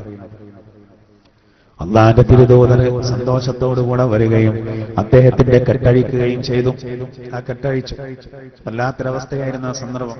അദ്ദേഹം വികാരഭരിതനായി നബിയോട് പറഞ്ഞു, നബിയെ, ഞാൻ എന്റെ മുഴുവൻ സ്വത്തുക്കളും അള്ളാഹുവിന്റെ മാർഗത്തിലേക്ക് നിങ്ങൾക്ക് ഞാൻ നൽകിയിരിക്കുന്നു. റസൂല് പറഞ്ഞു, അത് വേണ്ട, അത് പറ്റൂല, മക്കളൊക്കെ ഉള്ളതല്ലേ, ആകെ മുതലിന്റെ 1/3 ഭാഗം ദീനിന് വേണ്ടി തന്നാൽ മതി, മുഴുവൻ നൽകാൻ വകുപ്പില്ല. അങ്ങനെ അബൂ ലുബാബ റളിയല്ലാഹുവിന്റെ സമ്പത്തിന്റെ 1/3 ഭാഗം പരിശുദ്ധ ദീനിന്റെ കാര്യങ്ങൾക്ക് വേണ്ടി പുണ്യ നബിയെ ഏൽപ്പിച്ചു. സമ്പത്തിനോട്, തന്റെ സമ്പത്തിന് എന്തെങ്കിലും കോട്ടം പറ്റുമോ എന്ന് ഭയന്നുകൊണ്ടാണല്ലോ ബനൂ ഖുറൈളക്കാരോട് ചെറിയൊരു സിഗ്നൽ കൊടുത്തത്. അവസാനം നോക്കൂ, നിങ്ങൾ പരിവർത്തനം വന്ന് മുതൽ മുഴുവനും നബിനെ, സ്വഹാബത്തൊക്കെ അങ്ങനെ മുഴുവനാണ് ഏൽപ്പിക്കും. വേണ്ടാന്ന് പറഞ്ഞു 1/3 കൊടുക്കാനേ വകുപ്പുള്ളൂ. വസിയത്ത് ചെയ്യാൻ ബാക്കി സന്താനങ്ങൾക്ക് വേണമല്ലോ. ഇസ്ലാം പ്രകൃതി മതാണെന്ന് പറയാനുള്ള കാരണം അതാണ്. എല്ലാം അങ്ങോട്ട് വാങ്ങിയിട്ട് അദ്ദേഹത്തിന്റെ മക്കൾക്ക് പ്രയാസാവൂലേ? അത്രയുള്ളൂ. നമ്മൾ പള്ളിയിലേക്ക് കൊടുക്കുകയാണെങ്കിലൊക്കെ. പിന്നെ മക്കളും കാര്യങ്ങളൊന്നും ഇല്ലാത്തവരുണ്ട്, ഒന്നായിട്ടൊരു കൊടുക്കൽ. ജാമിയ നൂരിയയുടെ വാർഷികം ഇന്നലെ തുടങ്ങി. നമ്മളൊക്കെ പഠിച്ച സ്ഥാപനത്തിൽ പട്ടിക്കാട് ജാമിയ നിൽക്കുന്ന ആ സ്ഥലം മുഴുവനും കൊടുത്തത് ആ ബാപ്പു ഹാജി അദ്ദേഹത്തിന്റെ സ്വത്ത് മുഴുവനും സമസ്തയെ ഏൽപ്പിച്ചതാണ്. മക്കളില്ലായിരുന്നു അദ്ദേഹം. അൽഹംദുലില്ലാഹ്, എത്ര മക്കളാണ്? 5000-ഓളം ഫൈലിമാര് ഞങ്ങൾ തന്നെ ഇറങ്ങിയിട്ടുണ്ട് ജാമ്യ. ഞാൻ ഈ പറയുന്നതിന്റെ ഒരു വിഹിതം അദ്ദേഹത്തിന്റെ ഖബറിലേക്ക് എത്തും. കാരണം 2 കൊല്ലം അദ്ദേഹം ഉണ്ടാക്കിയ ആ സമ്പത്തിൽ നിന്നാണ് ഭക്ഷണം കഴിച്ചത്. ആ തെങ്ങും തോട്ടത്തിൽ നിന്ന തേങ്ങകളും അതുപോലെയുള്ള അതിൽ നിന്നുള്ള വരുമാനം, അതിൽ നിന്നുള്ള കാശ് കൊണ്ടാണ് ജാമ്യയിലെ കുട്ടികൾ ഭക്ഷണം കഴിക്കുന്നത്. പിന്നെ ആകെ സമ്മേളനം നടക്കുമ്പോൾ ഓരോ മഹലിൽ നിന്ന് ഒരു ചെറിയൊരു കളക്ഷൻ ഉണ്ടാവും. ഇതല്ലാതെ ഒരു പിരിവും ജാമിയ നൂരിയന്റെ പേരിൽ നിങ്ങളെ വീട്ടിൽ റെസീറ്റ് ഏറ്റവും ആരും വരില്ല. ഇതുവരെ പോയിട്ടില്ല. ഒരു കലണ്ടർ അടിച്ച് വിൽക്കാൻ ജാമ്യയിൽ പഠിക്കുന്ന സമയത്ത് കരുവാരക്കുണ്ട് കെ ഉസ്താദിനോട് സമ്മതം ചോദിച്ചപ്പോൾ ഉസ്താദ് സമ്മതിച്ചില്ല. അത് വേണ്ടാന്ന്. നിങ്ങൾ കലണ്ടർ കൊണ്ടുപോയി വിറ്റിട്ട് വേണ്ട, ഇവിടെ ജാമിയ നൂരിയക്ക് ബാപ്പുവാജി നൽകിയിട്ടുണ്ടെന്ന് പറഞ്ഞു. അദ്ദേഹത്തിന്റെ ഖബർ സിയാറത്ത് ചെയ്യാത്ത ഒരൊറ്റ ദിവസമല്ല ജാമിയയിലെ കുട്ടികൾ. അത് ഓരോ ദിവസം ഓരോരുത്തർക്ക് ചുമതല, ഓരോ ടീമിൽ. സഹോദര, മക്കളില്ലാത്തത് മുഴുവൻ സ്വത്ത് ഏൽപ്പിച്ചു. ഞാൻ പറയുന്നതൊക്കെ ഭാഗ്യവാന്മാരാണ്. അങ്ങനെ നമ്മൾ ചെയ്തത് മാത്രമാണ് നമുക്ക് സ്ഥായിയായി നൽകുന്ന വരുമാനം. അത് മാത്രം. ഒരു തെങ്ങ് പോലും കൊടുക്കാത്ത എത്ര ആളുകൾ, പള്ളിയിലേക്ക് ഒരൊറ്റ തെങ്ങ് പോലും കൊടുക്കാൻ സൗകര്യമില്ലാത്ത എത്ര ആളുകൾ ഇഷ്ടം പോലെ ഉണ്ടായിട്ടും തോന്നൂല. ആരാ ഇതൊക്കെ കൊണ്ടുപോവാ? സഹോദര, ഏതായിരുന്നാലും അബൂ ലുബാബ റളിയല്ലാഹു അൻഹു മനസ്സിൽ വല്ലാത്ത പരിവർത്തനം വന്നുവെന്ന് ചരിത്രം പറയുന്നു. അദ്ദേഹത്തിന്റെ മനസ്സിൽ വലിയ പരിവർത്തനം വന്നു. അദ്ദേഹം പറയാം, എന്റെ മുതൽ മുഴുവനും ഇതാ ഞാൻ ഏൽപ്പിക്കുന്നു എന്നാണ്. അത് കുറച്ചു മതി പരിവർത്തനം വരാൻ. ലൻ തനാലുൽ ബിർറ ഹത്താ തുൻഫിഖൂ മിമ്മാ തുഹിബ്ബൂൻ. നിങ്ങൾ ഏറെ ഇഷ്ടപ്പെടുന്നതിൽ നിന്ന് അള്ളാഹുവിന്റെ മാർഗത്തിൽ ചെലവഴിക്കുന്നത് വരെ നിങ്ങളാരും പരിപൂർണ മോമിനീങ്ങളാവുകയില്ല എന്ന് ഖുർആനിൽ പറഞ്ഞിട്ടുണ്ട്. ആ ഒറ്റ ആയത്ത് ഇറങ്ങിയ കാരണത്താലാണ് അബൂ തൽഹ റളിയല്ലാഹു അൻഹു നബിയുടെ അരികിലേക്ക് ഓടുകയും നബിയോട് പറഞ്ഞു, നബിയേ, ഞാൻ ഏറ്റവും ഇഷ്ടപ്പെടുന്ന എന്റെ സമ്പത്ത് ബൈറുഹാ എന്ന് പറയുന്ന തോട്ടമാകുന്നു. അത് അള്ളാഹുവിന്റെ മാർഗത്തിൽ ഞാൻ ഇതാ നൽകിയിരിക്കുന്നു, അങ്ങേ ഏൽപ്പിച്ചിരിക്കുന്നു. ആധാരം കൈമാറാൻ ഈ സിസ്റ്റം ഒന്നും ഇല്ലാത്തത് കൊണ്ടാണ്. നിങ്ങൾ ഏറെ ഇഷ്ടപ്പെടുന്ന ധനം അള്ളാന്റെ മാർഗത്തിൽ ചെലവഴിച്ചാൽ മാത്രമേ അള്ളാഹുവിൽ നിന്ന് നിങ്ങൾക്ക് നന്മ ലഭിക്കൂ എന്ന ആയത്തിറങ്ങിയപ്പോ ആ ആയത്ത് കാരണം ഏറ്റവും സൈറ്റുള്ള സ്ഥലത്തായിരുന്നു, നല്ല സൈറ്റുള്ള സ്ഥലത്തായിരുന്നു സഹോദര ഈ ബൈറുഹ എന്ന് പറഞ്ഞ തോട്ടം. എത്രത്തോളം എന്ന് പറഞ്ഞാൽ ആരും കണ്ടാലും മോഹിക്കുമെന്ന് മാത്രമല്ല, അസർ നിസ്കാരം കഴിഞ്ഞിട്ട് കാറ്റുകൊള്ളാൻ ആ തോട്ടത്തിൽ പോയിരിക്കുമായിരുന്നു മുഹമ്മദ് മുസ്തഫ സല്ലല്ലാഹു അലൈഹി വസല്ലം. റസൂൽ പോലും പോയിരിക്കുമായിരുന്നു. ആരും കണ്ടാൽ കൊതിക്കുന്ന തോട്ടം. ആ തോട്ടമാണ് ഞാനിതാ നബിയെ അങ്ങേ ഏൽപ്പിക്കുന്നു. ഏറ്റവും ഇഷ്ടപ്പെട്ടത് മറ്റുള്ളവർക്കും കൊടുക്കണം എന്നാണ്. ഏറ്റവും ഇഷ്ടപ്പെട്ടവർ മറ്റുള്ളവർക്ക് ഏറ്റവും ഇഷ്ടപ്പെട്ട സ്വത്ത് മറ്റുള്ളവർക്ക് നൽകണമെന്ന, എങ്കിലേ അള്ളാഹുവിൽ നിന്ന് ഖൈർ ലഭിക്കൂ. ആ ഒരു അവസ്ഥയിലാണ് അദ്ദേഹം എന്ത് ചെയ്തത്? തന്റെ ആ തോട്ടം നബിയെ ഏൽപ്പിച്ചത്. നബിയോട് പറഞ്ഞെന്താ അറിയോ? അർജോ ബിർറഹാ വദുഖ്റഹാ ഇൻദല്ലാഹ്. അള്ളാഹുവിന്റെ അരികെ അതൊരു വലിയ നിക്ഷേപമായിട്ട് ഞാൻ ഉദ്ദേശിക്കുന്നു എന്നാണ്. അവിടെ കിടക്കട്ടത്. റസൂല് പറഞ്ഞു, പറഞ്ഞാൽ ശരി, നിങ്ങളുടെ കുടുംബത്തിലുള്ള ആളുകൾക്ക് അതിനെ വിഹിതിച്ചു കൊടുത്തതാണ്. അങ്ങനെ അബൂ തൽഹ റളിയല്ലാഹു അൻഹു തന്റെ കുടുംബത്തിലുള്ള ആളുകൾക്ക് അതങ്ങനെ വീട് വെക്കാനും മറ്റും ആ തോട്ടം ആണ് വിഹിതിച്ചു. ഒരൊറ്റ ചെറിയൊരായത്ത്, ഒരു വരിയില്ല ആയത്ത്. അതാണ് അദ്ദേഹത്തിന്റെ മനസ്സിലായ പരിവർത്തനം വരുത്തിയത്. അതാണ് ഖുർആൻ. സഹോദര, അത് തന്നെയാണ് ഇവിടെയും നമ്മൾ മനസ്സിലാക്കേണ്ടത്. അബൂ ലുബാബ റളിയല്ലാഹു അൻഹു നോക്കൂ, എന്റെ സ്വത്ത് മുഴുവനും ഞാനിതാ നൽകുന്ന നബിയെ എന്ന് പറഞ്ഞു. തങ്ങൾ പറഞ്ഞു 1/3 മതി എന്ന്. അപ്പൊ ഇവിടെ അല്ലാഹു തആല കൃത്യമായിട്ട് പറയാണ്, നമ്മുടെ സമ്പത്ത് അതുപോലെ തന്നെ നമ്മുടെ സന്താനങ്ങൾ ഇതൊക്കെ യഥാർത്ഥത്തിൽ എന്താണ്? നമുക്ക് ഫിത്നയാണ്. അല്ലാഹു തആല നമ്മളെ നോക്കണം, പരീക്ഷിക്കണം. ഇതുകൊണ്ട് വിജയിക്കുമോ അല്ല പരാജയപ്പെടുമോ? അതാണ് തഗാബുൻ സൂറത്തിലും അല്ലാഹു പറയുന്നത്, ഇന്നമാ അംവാലുക്കും വ ഔലാദുക്കും ഫിത്ന. നിങ്ങളുടെ സമ്പത്ത് അതുപോലെ സന്താനങ്ങൾ അതൊക്കെ യഥാർത്ഥത്തിൽ ഫിത്നയാകുന്നു. അതൊരു പരീക്ഷണമാണ്. അള്ളാഹുവിന്റെ അരികിലുള്ളതാണ് ഉത്തമമായത് എന്ന് ഖുർആൻ ഖണ്ഡിതമായിട്ട് പറയുന്നു. വേറെയും ഒരുപാട് ആയത്തുകളിലൂടെ ഇത് പറയുന്നുണ്ട്. ഒരുപാട് ആയത്തുകളിലൂടെ ഇത് സംബന്ധമായിട്ട് അല്ലാഹു തആല പറയുന്നു. അൽ-കഹ്ഫ് സൂറയിൽ അല്ലാഹു പറയുന്നു, ഒരു അലങ്കാരമാണ് എന്ന് പറയും. അപ്പൊ ഒരിക്കലും അള്ളാഹുവിനെ മറന്ന് നമ്മുടെ സമ്പത്തോ നമ്മുടെ സന്താനങ്ങളോ കാരണം അള്ളാഹുവിനെ മറക്കരുത്. അള്ളാഹുവിന്റെ ദീനിന് വിലക്കുള്ള കാര്യങ്ങളുണ്ടാകും. നോക്കൂ സഹോദര, നമ്മുടെ കുട്ടികളൊക്കെ നമ്മൾ പഠിക്കാനും പറഞ്ഞയക്കുന്നുണ്ട്. പലരും പെൺകുട്ടികളെ ദൂരസ്ഥലങ്ങളിലേക്ക് പഠിക്കാനും പറഞ്ഞയക്കുന്നുണ്ട്. ഹോസ്റ്റലുകളിൽ അവർ താമസിക്കുന്നുണ്ട്. അവർ താമസിക്കുന്ന ഹോസ്റ്റലുകളിൽ നിന്ന് അവർ ടൂർ പോകുന്നുണ്ട്. പഠിക്കാൻ നമുക്ക് പറഞ്ഞേക്കാം, പക്ഷെ ഏറെ ശ്രദ്ധിക്കേണ്ടതാണ്. പൊട്ടാൽ പൊട്ടുന്ന പ്രായത്തിൽ സഹോദര, പെൺകുട്ടികളെ പത്തും ജീവിതത്തിന്റെ ഏറ്റവും നല്ല പുഷ്പിത ഘട്ടങ്ങളിലാണ് 2-3 ദിവസങ്ങൾക്കൊക്കെ സഹോദര പറഞ്ഞയക്കുന്നത്, ടൂർ പറഞ്ഞേക്കുന്നത്. ആക്സിഡന്റ് വാർത്തകളൊക്കെ നമ്മളിങ്ങനെ വായിക്കുമ്പോൾ സങ്കടം തോന്നും. ഒരു കാറിൽ ഒരു പെൺകുട്ടി, ആ പെൺകുട്ടിയോടുകൂടെ മുസ്ലിം സഹോദരങ്ങൾ എന്തിന്റെ പേരിലാണെങ്കിലും മുസ്ലിമാണെങ്കിലും സഹോദര മുസ്ലിമാണെങ്കിലും നോക്കൂ, നിങ്ങൾ മുതിർന്നവർ വകുപ്പുണ്ടോ ഇതിന്? ഇല്ല. ആരെയും വേദനിപ്പിക്കാൻ പറയല്ല, പക്ഷേ എത്ര വലിയ തെറ്റാണിത്. 13 വയസ്സുള്ള അനസ് ബിൻ മാലിക് റളിയല്ലാഹു അൻഹു, അള്ളാന്റെ തിരുദൂതർക്ക് 10 കൊല്ലം നബിയുടെ വീട്ടിൽ ഖിദ്മ ചെയ്ത അനസ് ബിൻ മാലിക് റളിയല്ലാഹു അൻഹു, ഹിജാബിന്റെ ആയത്തിറങ്ങുമ്പോൾ ആ കുട്ടിക്ക് 13 വയസ്സാണ്. 13 വയസ്സ്, വെറും 13 വയസ്സ് മാത്രമുള്ള അനസ് ബിൻ മാലിക് റളിയല്ലാഹു അൻഹു ചിന്തിക്കണം. സൈനബ ബീവിയെ നബി കല്യാണം കഴിച്ച ആ ദിവസമാണ് ഹിജാബിന്റെ ആയത്തിറങ്ങിയത്. സഹോദര, ആ 13കാരന്റെയും സൈനബ ബീവിയുടെയും ഇടയിൽ വിരി തൂക്കി കാണാൻ പറ്റൂല. അത്രത്തോളം പ്രധാനപ്പെട്ട സംഗതിയല്ലേ നമ്മൾ ആളുകൾ ശ്രദ്ധിക്കുന്നുണ്ട്. ഇപ്പൊ ഏർവാടിയിലേക്ക് അതുപോലെ തന്നെ പല സ്ഥലങ്ങളിലേക്കും ഫാമിലി ടൂർ എന്ന് പറഞ്ഞു പോകുന്നുണ്ട്. ഒരു ബസ്സിലാണ് അന്യ ആണുങ്ങളും പെണ്ണുങ്ങളും കുത്തി നിറച്ചു പോകുന്നത്. സഹോദരായേറെ ശ്രദ്ധിക്കേണ്ട കാര്യമാണ്. ചില ഇടപെടലുകൾ അത് വലിയ പ്രശ്നം ഉണ്ടാക്കും. വളരെ ശ്രദ്ധിക്കണം. നമ്മൾ നല്ല കാര്യങ്ങൾ ചെയ്യുമ്പോൾ, സിയാറത്ത് എന്ന സുന്നത്തായ കാര്യം ചെയ്യുമ്പോൾ ഹറാമ് വരുന്ന ശ്രദ്ധിക്കേണ്ടതല്ലേ. ആയിഷ റളിയല്ലാഹു അൻഹ റസൂലുള്ളാഹിന്റെ റൗള, റസൂലുള്ളാഹിന്റെ ഖബർ സിയാറത്തിന് പോകുമായിരുന്നു. കാരണം ആയിഷ ബിയുടെ ഭർത്താവാണ് അവർ. അതുകൊണ്ട് റൗള ഷരീഫിലേക്ക് പോകുമ്പോൾ ഔറത്ത് പരിപൂർണമായിട്ട് മറക്കൂല.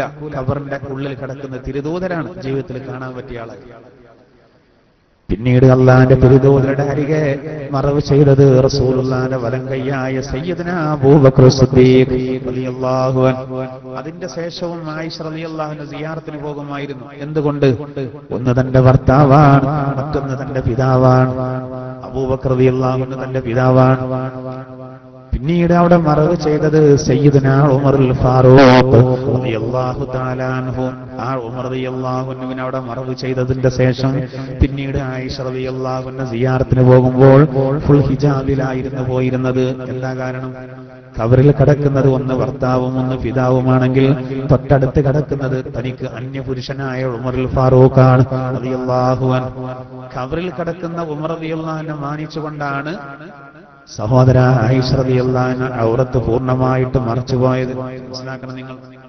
യാ അയ്യുഹൻ നബിയ്യു ഖുൽ ലി അസ്വാജിക വ ബനാതിക വ നിസാഇൽ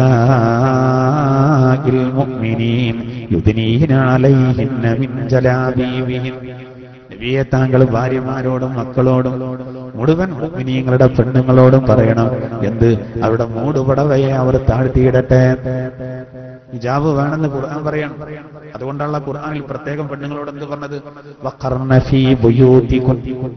അവരവിടെ വീടുകളിൽ അടങ്ങി ഒതുങ്ങി കഴിയട്ടെ എന്നാണ്. അതേ ആയത്തിലാണ് നിസ്കരിക്കട്ടെ എന്ന് പറയേണ്ടത്. അതിനുവേണ്ടി പുറത്ത് ചാടണം എന്നല്ല, നിസ്കാരം അവിടെ തന്നെ വേണമെന്നാണ്. എത്ര ശ്രദ്ധിക്കേണ്ടതാ സഹോദര. നമ്മുടെ പെൺകുട്ടികളൊക്കെ നമ്മൾ അങ്ങനെ പഠിക്കാൻ പറഞ്ഞേക്കുമ്പോ ഏറെ ശ്രദ്ധിക്കണം. അവരെ കാര്യത്തിൽ വലിയ ജാഗ്രത വേണം. അന്യ ആണുങ്ങളോട് കൂടെ ഒന്നിന്റെ പേരിലും സുഖവാസ കേന്ദ്രങ്ങളിലേക്കും മറ്റൊക്കെ യാത്ര പോകുന്നൊരവസ്ഥ ഒന്നും ഇസ്ലാം അനുവദിക്കുന്നില്ല. വല്ലതൊക്കെ സംഭവിക്കുമ്പോഴാണ് നാലോകർ ഇതറിയുന്നത്. ആരും അറിയാതെ എന്തൊക്കെ സംഭവിക്കുന്നു. ഇതൊക്കെ നമ്മുടെ വിശുദ്ധി നഷ്ടപ്പെടുത്തുന്ന സംവിധാനങ്ങളാണ്, ഹറാമുകളാണ്. ശ്രദ്ധിക്കണം. അള്ളാഹു വെച്ച വളയം നമ്മൾ വിട്ടു ചാടിയാൽ അള്ളാഹു നമ്മളെ പിടികൂടും. കഴിഞ്ഞ ആഴ്ച നമ്മൾ പറഞ്ഞതാണ് മുസീബത്തിനെ പറ്റി. നമ്മൾ വില കൊടുത്ത് വാങ്ങരുത്. ഏറെ ശ്രദ്ധിക്കണം. അപ്പൊ നമ്മുടെ മക്കളുടെ കാര്യത്തിൽ ശ്രദ്ധ വേണം. നമ്മുടെ സമ്പത്തിന്റെ കാര്യത്തിൽ ശ്രദ്ധ എന്ന് പറഞ്ഞാൽ ഇത് രണ്ടും ഒരു പരീക്ഷണം. മുതലൊരാൾക്ക് ഒരുപാട് ഉണ്ടാവുക, സന്താനങ്ങളുണ്ടാവും പരീക്ഷണം. അതായത് എങ്ങനെ പരീക്ഷിക്കുന്നത്? ആ സന്താനങ്ങളിൽ ആ സമ്പത്തിന് ശരിക്കും പരിചരിക്കുന്നുണ്ടോ, അത് ദീനിന് ഉപകാരപ്പെടുത്തുന്നുണ്ടോ, ഉപയോഗപ്പെടുത്തുന്നുണ്ടോ, അത് കാരണം ഇയാൾ പിഴക്കുന്നുണ്ടോ, നന്നാവുന്നുണ്ടോ, പരീക്ഷണമാണ്. അത് കാരണം നന്നായാൽ അദ്ദേഹത്തിന് വിജയമായി, അല്ലേ അദ്ദേഹത്തിന് പരാജയം. നമ്മൾ വളരെ ശ്രദ്ധിക്കേണ്ടതാണ്. ഇതൊക്കെ ഒരു അലങ്കാരല്ലേ. ഇത് വരും, അത് പോകും. അത് നമ്മൾ വല്ലാതെ കണക്കിലെടുക്കേണ്ടത്. നാളേക്ക് ഉപകാരപ്പെടും. സഹോദര, നമ്മുടെ കുട്ടികൾ സ്വാലിഹീങ്ങളായാൽ നാളേക്ക് നമുക്ക് ഉപകാരപ്പെടും. കുറെ അറിവുണ്ടാകുക എന്നല്ല, സ്വാലിഹായാൽ മതി. സിറാത്ത് പാലം കടക്കാൻ ആവശ്യമായ ഇൽമ നമ്മുടെ കുട്ടികൾക്ക് കൊടുക്കണം. അതെന്തായിരുന്നാലും വേണം. വിപുലമായി കൊടുക്കാൻ കഴിഞ്ഞാൽ ദീൻ ഇവിടെ നിലനിൽക്കണമെങ്കിൽ പണ്ഡിതന്മാര് വേണമല്ലോ. വറസത്തുൽ അംബിയാ, പണ്ഡിതന്മാരെന്ന് പറയുന്നത് അംബിയാക്കളുടെ അനന്തരാവകാശികളാണ്. വാപ്പാന്റെ സ്വത്ത് മക്കൾ അനന്തരമെടുക്കുന്നത് പോലെ ദൗത്യ നിർവഹണം പണ്ഡിതന്മാർ അനന്തരമെടുക്കും. തലയെക്കെട്ട് കെട്ടിയവരും തൊപ്പി വെച്ചവരും മുഴുവനും അങ്ങനെ പണ്ഡിതന്മാരാണെന്ന് കരുതണ്ട. ഉഖ്റവിയായ പണ്ഡിതന്മാർ അൽ ഉലമാ. മുഹ്യിദ്ദീൻ ശൈഖ് റളിയല്ലാഹു അൻഹു കയ്യിൽപ്പെട്ടതാണ്. മഹാനായ മുഹ്യിദ്ദീൻ ശൈഖ് റളിയല്ലാഹു അൻഹു വലിയ ഇൽമിന്റെ ഉടമയായിരുന്നു. ദീനിന് ജീവൻ നൽകിയെന്ന് പറഞ്ഞാൽ തന്നെ നോക്കുവാണ്. അബ്ദുൽ ഖാദർ എന്ന അദ്ദേഹത്തിന് എത്ര പേരുകളാ. ഗൗസുല്ലാണെന്നും മഹാസഹായി. മുഹ്യിദ്ദീൻ എന്ന് പറഞ്ഞാൽ ദീനിന് ജീവൻ നൽകിയ ആളെന്നാണ്. അദ്ദേഹം വരുന്ന സമയം വളരെ കാലഘട്ടം മോശമായിരുന്നു. ജനങ്ങൾക്ക് വഴി കാണിക്കാൻ അള്ളാഹു അയച്ചു. ഔലിയാക്കൾ എല്ലാ കാലത്തുണ്ടല്ലോ. ഇവരൊക്കെ ആദ്യം തന്നെ പ്രസവിക്കപ്പെടുമ്പോൾ തന്നെ ഔലിയാക്കളല്ല. അവരൊക്കെ ഇങ്ങനെ വന്നതാണ്. അവരുടെ മാതാപിതാക്കൾ അതീവ ജാഗ്രത പുലർത്തിയതുകൊണ്ടാണ്. ഈ വിഷയം പറയുമ്പോൾ ഈ സമയം വളരെയധികം യോജിച്ചു വന്നിട്ടുണ്ട്. റബീഉൽ ആഖിർ, രണ്ടാം വസന്തം. ഇത് രണ്ടാം വസന്തമാണ്. നമ്മൾ മഹാനായ മുഹ്യിദ്ദീൻ ശൈഖ് റളിയല്ലാഹു അൻഹു ഏറെ പരാമർശിക്കുന്ന മാസമാണിത്. കുട്ടികളെ, മക്കളെ എങ്ങനെ കാണണം എന്നുള്ളതിന് സഹോദര മുഹ്യിദ്ദീൻ ശൈഖിന്റെ ഉമ്മയെ മാതൃകയാക്കും. ചരിത്രത്തിൽ കാണാൻ സാധിക്കും. അബ്ദുൽ ഖാദർ എന്ന് പറയുന്ന ഈ ചെറിയ കുട്ടി ചെറുപ്പത്തിൽ തന്നെ അദ്ദേഹം, അങ്ങനെയുള്ള ചില ആളുകളെ അല്ലാഹു തആല ഉയർത്തുമ്പോൾ ചെറുപ്പത്തിൽ തന്നെ അവർക്ക് വലിയ പക്വത നൽകും. ചില കുട്ടികൾക്ക് 1-ാം ക്ലാസ്സിൽ തന്നെ വലിയ പക്വത ഉണ്ടാവും. പരിധി വിട്ട കളിക്കില്ലാത്ത കുട്ടികൾ അധ്യാപകർക്ക് വളരെ ഇഷ്ടമാകും, മാതാപിതാക്കൾക്ക് വളരെ ഇഷ്ടമാകും. അങ്ങനെയുള്ള കുട്ടികൾ ഭാവിയിൽ വലിയ പണ്ഡിതന്മാരോ മറ്റോ ആയി വരും. അപ്പൊ സ്വന്തം നാട്ടുകാർക്ക് വരെ അവനെ ആക്ഷേപിക്കാൻ പറ്റൂല, അയാൾ ആക്ഷേപിക്കാൻ പറ്റില്ല. കാരണം അവർക്കറിയാം ചെറുപ്പത്തിൽ ഇവൻ നല്ല ആളായിരുന്നു. അമ്പിയാക്കൾ അങ്ങനെ ആയിരുന്നല്ലോ. അവിടെ അനന്തരമായിട്ട് ഈ ദൗത്യം നിർവഹിക്കുമ്പോൾ ഇവർക്കും വ്യക്തിവിശുദ്ധി ഇല്ലെങ്കിൽ പ്രശ്നം. അള്ളാഹു ഒരു കാവല് കൊടുക്കുന്നത്. അബ്ദുൽ ഖാദർ എന്ന കുട്ടി അത്ഭുതം ശ്രദ്ധിച്ച സഹോദര. മക്കയിൽ അറഫ നടക്കുന്ന ദിവസം അബ്ദുൽ ഖാദർ എന്ന് പറയുന്ന അദ്ദേഹത്തിന്റെ ആ കുട്ടിയുടെ പിതാവിന് കൃഷി ഉണ്ടായിരുന്നു. ഒരിക്കൽ അബ്ദുൽ ഖാദർ എന്നവർ മുഹ്യിദ്ദീൻ ശൈഖ് ചെറിയ കുട്ടിയായിരുന്ന കാലത്ത് ഒരു പശുവിന്റെ പിന്നാലെ പോകുമ്പോ അത്ഭുതകരമായ രൂപത്തിൽ ഒരു കറാമത്ത് നടന്നു. ആ പശു തിരിഞ്ഞു നിന്നിട്ട് ഈ കുട്ടിയോട് പറഞ്ഞു, യാ അബ്ദുൽ ഖാദർ, അബ്ദുൽ ഖാദറെ, നിന്നെ ഇതിനു വേണ്ടി സൃഷ്ടിക്കപ്പെട്ടതെല്ലാം എന്റെ പിന്നാലെ നടക്കണ്ട. അതായത് ഇൽമു പഠിക്കണം, വലിയ ദൗത്യം നിർവഹിക്കാനുള്ള ആളാണെന്നുള്ള ഈ സൂചന. പശു സംസാരിക്കോ? നബിയുടെ കാലത്ത് സംസാരിച്ചല്ലോ. ഒരു സാധാരണക്കാരനോട് പശുവിന്റെ പുറത്ത് കയറിയോ? ഒട്ടകത്തിന്റെ പുറത്തും കുതിരന്റെ പുറത്തും കഴുതന്റെ പുറത്തും യാത്രയ്ക്ക് കയറാറ്. പക്ഷെ ഇയാൾ എന്ത് ചെയ്തു? കുടുങ്ങിയപ്പോ പശുവിന്റെ പുറത്ത് കയറി. ഇപ്പൊ ഈ സൈക്കിളൊക്കെ പഞ്ചറായാൽ കുട്ടികളുണ്ട് വരുന്നോട് വെച്ച് കാണാൻ ഇതിൽ കയറില്ല എന്നതുപോലെയാണ് കയറിയതാ. ഈ പശു സംസാരിച്ചു, ഇറങ്ങാൻ പറഞ്ഞു. എന്നെ ഇതിനു വേണ്ടി പടക്കപ്പെട്ടതല്ല, യാത്ര കയറാൻ ഒട്ടകം തന്നെ. റസൂലുള്ളാഹി തങ്ങൾ പള്ളിയിൽ നിന്ന് ഈ സംഭവം വിശദീകരിച്ചപ്പോ സ്വഹാബത്ത് എല്ലാരും കൂടി സുബ്ഹാനല്ലാഹ്, പശു സംസാരിക്കും. അപ്പൊ റസൂൽ എന്താ പറഞ്ഞറിയോ? എന്റെ അബൂബക്കറും എന്റെ ഉമറും ഈ സദസ്സിലുണ്ടായിരുന്നെങ്കിൽ അവർ ഒരിക്കലും സുബ്ഹാനല്ലാഹ് പറയുമായിരുന്നില്ല. സംഗതി അത്ഭുതമുള്ള കാര്യം തന്നെയാണ്. പക്ഷെ ഞാനൊരു കാര്യം പറഞ്ഞ എന്റെ അബൂബക്കറിനും ഉമറിനും പിന്നെ എന്തുണ്ടാവില്ല? ഒരത്ഭുതം ഉണ്ടാവില്ല. ഞാൻ പറഞ്ഞു തന്നെ ശരി. ഇവർക്ക് സംശയം ഉണ്ടായതുകൊണ്ടല്ല. ആ പശു സംസാരിക്കുന്നു, മനസ്സിലായില്ല? ഏറും അറഫനാൽ പശുവെ പായിച്ചാരെ ഇതിനോ പാടച്ചെന്ന് പശുവ് പറഞ്ഞോവർ. വിഗതിമാലയിൽ ഞാനത് ഉദ്ധരിക്കുന്നത് ഈ ആയത്തിനോട് ബന്ധപ്പെട്ടൊരു വിഷയം ഈ സന്ദർഭത്തോട് ബന്ധപ്പെട്ടത്.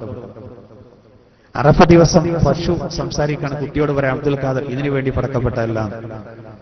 നമ്മുടെ മക്കളോട് പോട്ടെ, നമ്മളോട് ഇപ്പൊ അങ്ങനെ ഒരു ജീവി സംസാരിച്ച് നമ്മൾ ബോധം കെടും, അന്തം വിട്ടു അല്ലേ?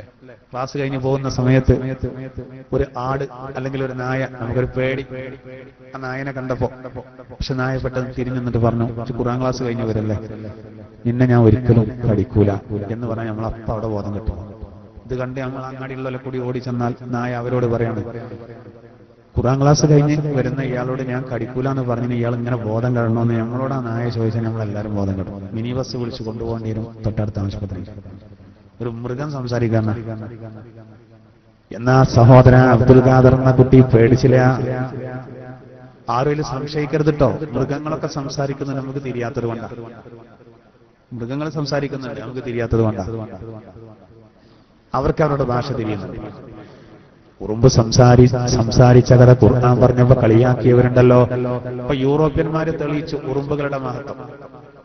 മനുഷ്യരെക്കാൾ പല വിഷയങ്ങളിലും മുന്നിലാണ് ഉറുമ്പുകൾ. അവർ ചാലിട്ടൊഴുകുന്ന ഉറുമ്പുകളുടെ ഐക്യം മയ്യത്ത് കൊണ്ടുപോകുമ്പോഴും കൂടി നമുക്ക് ഐക്യണ്ടാവില്ല.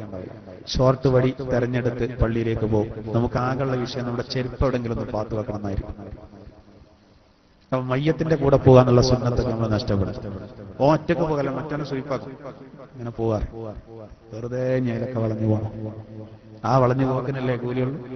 മയ്യത്ത് വളഞ്ഞു പോകണമെന്നില്ല, മയ്യത്തിന് കൂടെ പോകണം. മയ്യത്ത് വളഞ്ഞു പോവാണെങ്കിൽ വളഞ്ഞു പോകേണ്ടി വരും. നമ്മളങ്ങനെ ഉറുമ്പുകൾ അങ്ങനെയല്ല. ഉറുമ്പുകൾ ഇങ്ങനെ ചാലിട്ടൊഴുകുന്ന സമയത്ത് നമ്മളെ ബ്ലോക്ക് ആക്കിയാൽ ഉറുമ്പുകൾ ഇങ്ങനെ പോകും. ഞാൻ ബ്ലോക്ക് നീക്കിയാലും അവരങ്ങനെ തന്നെ പോകും. അവരയക്കാണ്. ഉറുമ്പുകൾ സംസാരിക്കുന്ന സയൻസ് തെളിയിച്ചു. സഹോദര, പശു സംസാരിച്ചതിൽ അത്ഭുതപ്പെടേണ്ട. നമുക്ക് തിരിയാത്തത് കൊണ്ടാണ്. നമുക്ക് മനുഷ്യന്മാര് പറഞ്ഞു തന്നെ നമുക്ക് തിരിയുന്നില്ല അല്ലേ? ഒരു ബംഗാളി വന്നിട്ട് ഇവിടെ പൂരത്തെറി പറയാം. നമുക്ക് ആർക്കും അയാളെ ഭാഷ തിരിയുന്നില്ലെങ്കിൽ നമ്മൾ എന്ത് ചെയ്യും? ഈ 500,000 നിരോധിക്കപ്പെട്ടത് കൊണ്ട് ഈ ചങ്ങാരിക്ക് നാട്ടിൽ പോകാൻ പണമില്ലാത്ത വിഷയമായിരിക്കും പറയുന്നതെന്ന് കരുതിയിട്ട് നമ്മൾ എന്ത് ചെയ്യും? ഒരു 500 രൂപ പിരിച്ചിട്ട് അയാൾക്ക് കൊടുത്ത് അയാളാകെ മേപ്പെട്ടു. ഈ ജാതി തെറി പറഞ്ഞിട്ട് പൈസ തരേ. ഇവരെന്ത് മനുഷ്യന്മാരാണ്? പിന്നെ പശു സംസാരിച്ച് തിരിയാത്ത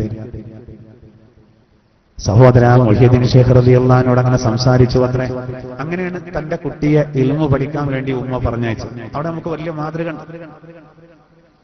ആ ഉമ്മ കൊടുത്ത നിർദ്ദേശം എന്താ സഹോദര? ഇന്ന് പലരും കൊടുക്കുന്ന നിർദ്ദേശം പോലെയല്ല. 5ാം ക്ലാസ്സിൽ പഠിക്കുന്ന കുട്ടി വീട്ടിൽ വരുമ്പോ നല്ലൊരു പേന. അപ്പൊ ഉമ്മ ചോദിക്കാണ്, എവിടുന്ന മോനെ ഈ പേന? നല്ല പേനയുള്ള ഇത് ഉസ്താദിന്റെ. എനിക്ക് സെക്കൻഡ് കിട്ടിയിട്ട് ഉസ്താദ് സമ്മാനം തന്നതാ? ഏയ് സമ്മാനം ഉസ്താദോ? അതൊന്നുമല്ല, ഇത് ഞാൻ ഉസ്താദിന്റെ മേശപ്പുറത്ത് നിർത്താം. ഉസ്താദ് കണ്ടോ? ഇല്ലല്ല, ഉസ്താദ് കണ്ടത് കിട്ടും. ഞാൻ ഉസ്താദ് അറിയാതെ ഉസ്താദിന്റെ പേന പൊക്കിയതാണ്. അപ്പൊ ഉമ്മ ചോദിക്കാണ്, എടാ ഉസ്താദത്തെ കണ്ടോ?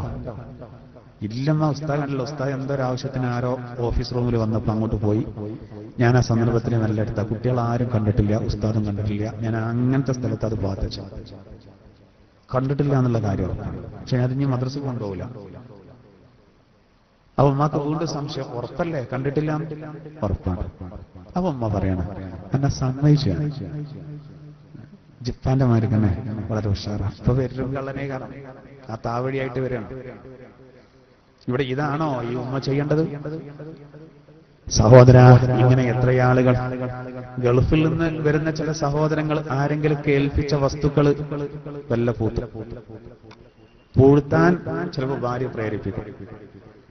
അത് എയർപോർട്ടിൽ നിന്ന് പോയി എന്ന് പറഞ്ഞാൽ പോരെ? പറഞ്ഞാൽ പോരെ? സഹോദര, അതൊക്കെ തിരിച്ചടിക്കും വഞ്ചന. ചെറിയ കുട്ടികൾക്ക് വരെ ആദ്യം കളവ് പഠിപ്പിക്കുന്ന നമ്മളാണല്ലോ. വാപ്പാൻ അന്വേഷിച്ച് പുറത്തൊരാൾ വന്നിട്ട് കോളിംഗ് ബെല്ലടിച്ചു. 10,000 രൂപ കൊടുക്കാണ്ട് വാപ്പേ. അയാൾ തെരഞ്ഞൊന്നാ. അപ്പൊ മകനോട് വാപ്പ പറയാണ്, ഞാൻ ഇവിടെ ഇല്ലാന്ന് പറഞ്ഞു. കുട്ടി ഇങ്ങനെ ആദ്യമായിട്ടാണ് ഇങ്ങനെ ഒരു കളവ്. കുട്ടി ഇങ്ങനെ വാപ്പാനെ നോക്കാം. പിന്നെ ആരാ ഈ പറയണ്ടേ? പോയി പറയടാ. വാതിൽ തുറന്ന ഉടനെ മോൻ തത്തമ്മയെ പൂച്ച പൂച്ച ഉടനെ പറയുന്നത് വാപ്പ ഇവിടെ ഇല്ല. അയാൾ ചോദിക്കും, എവിടെ പോയതാ? അപ്പൊ ഇയാളെന്നെ ചോദിക്കണല്ലോ. ഓൻ അകത്ത് വന്നിട്ട് വാപ്പനോടെ കണ്ണുകളെ എവിടെ പോയി എന്നാ ചോദിക്കട്ടെ. എന്തെങ്കിലും ഒന്ന് പറഞ്ഞടാ, എനിക്ക് കോഴിക്കോട് പോയി എന്ന് പറഞ്ഞാൽ അതൊക്കെ ഞാൻ പറഞ്ഞ എന്റെ ആവശ്യമുണ്ട്. അതൊക്കെ പറയണ്ടേ? ഇവൻ പോയിട്ട് ഇവനെ പറയാ വാപ്പ കോഴിക്കോട്ട് പോയതാ. ശരി, അയാൾ തിരിച്ചു പോയി. മകൻ ഒരു കാര്യം ആ ചെറിയ കുട്ടിയുടെ മനസ്സിൽ വല്ലാതെ പതിഞ്ഞു, ഉള്ളതിനെതിരെ പറയാൻ. ഈ വാപ്പ ചിലപ്പോൾ വിശദീകരണം കൊടുക്കും. അയാൾക്ക് 10,000 രൂപ കൊടുക്കും. അപ്പൊ അതിൽ വന്നാൽ എന്നെ കണ്ടാൽ ബുദ്ധിമുട്ട്. ഇങ്ങനെയാണ്. ഈ വാപ്പാനെ വെക്കൂല ഇവൻ. പ്രോത്സാഹിപ്പിക്കാൻ പാടില്ല. കളവ് പറയല്ലേ എന്നും ചൊന്നാരെ കള്ളന്റെ കയ്യാലെ പൊന്നെ കൊടുത്തോവർ. മലയിൽ കാണാം. അബ്ദുൽ ഖാദർ എന്ന ആ കുട്ടിയെ പറഞ്ഞയക്കുന്ന സമയത്ത് സഹോദരൻ ആ കുട്ടിക്ക് പൊന്ന്, നാണയങ്ങൾ കൈമാറ്റം ചെയ്യപ്പെടുന്ന പോലെ പൊന്ന് കൊടുത്തു. പക്ഷെ കുട്ടിയോട് പറഞ്ഞ ആരോടും നുണ പറയരുത്. അങ്ങനെ ഒരു സംഘത്തിന്റെ കൂടെയാണ് പോയത് ബഗ്ദാദില്. ആ പോകുന്ന പോകല്ലാണ് സഹോദര പിന്നെ കൊള്ളക്കാരി ഈ സംഘത്തെ പിടികൂടിയത്. എല്ലാം അടിച്ചു മാറ്റി. ഈ കുട്ടിയോട് ചോദിച്ചു, എന്റെ കയ്യിൽ എന്താ ഉള്ളത്? കുട്ടി പറഞ്ഞു, 50 പൊന്നുണ്ട്. അപ്പൊ ഇവർ കളിയാക്കാൻ പറഞ്ഞാന്ന് കരുതി. ചെറിയൊരു പയ്യനല്ലേ. വീണ്ടും ആവർത്തിച്ചപ്പോ വെറുതെ ഒന്ന് ജസ്റ്റ് ഒന്ന് ചെക്ക് ചെയ്തതാണ്. ഈ പൊന്ന് കണ്ടപ്പോ അത്ഭുതപ്പെട്ടുകൊണ്ട് കൊള്ളക്കാരി ചോദിച്ചു, എന്താ സത്യം പറയാൻ കാരണം? ഉമ്മാന്റെ വസിയത്താണ്. കൊള്ളത്തനമെന്ന് അത്ഭുതപ്പെട്ടു. അള്ളാന്റെ കൽപ്പനക്കാണ് ഈ എതിര് ചെയ്യുന്നത്. ഒരു ഉമ്മാന്റെ വസിയത്ത് പോലും ഈ കുട്ടി ഇങ്ങനെ നടപ്പിലാക്കുന്നു. അവർക്ക് തൗബ ചെയ്ത് മടങ്ങാൻ ആ സംഭവം കാരണമായി. ഈ നിലപാടാണ് നമ്മൾ സ്വീകരിക്കുന്നത്. കളവ് പറയാൻ സമ്മതിക്കുന്നത്.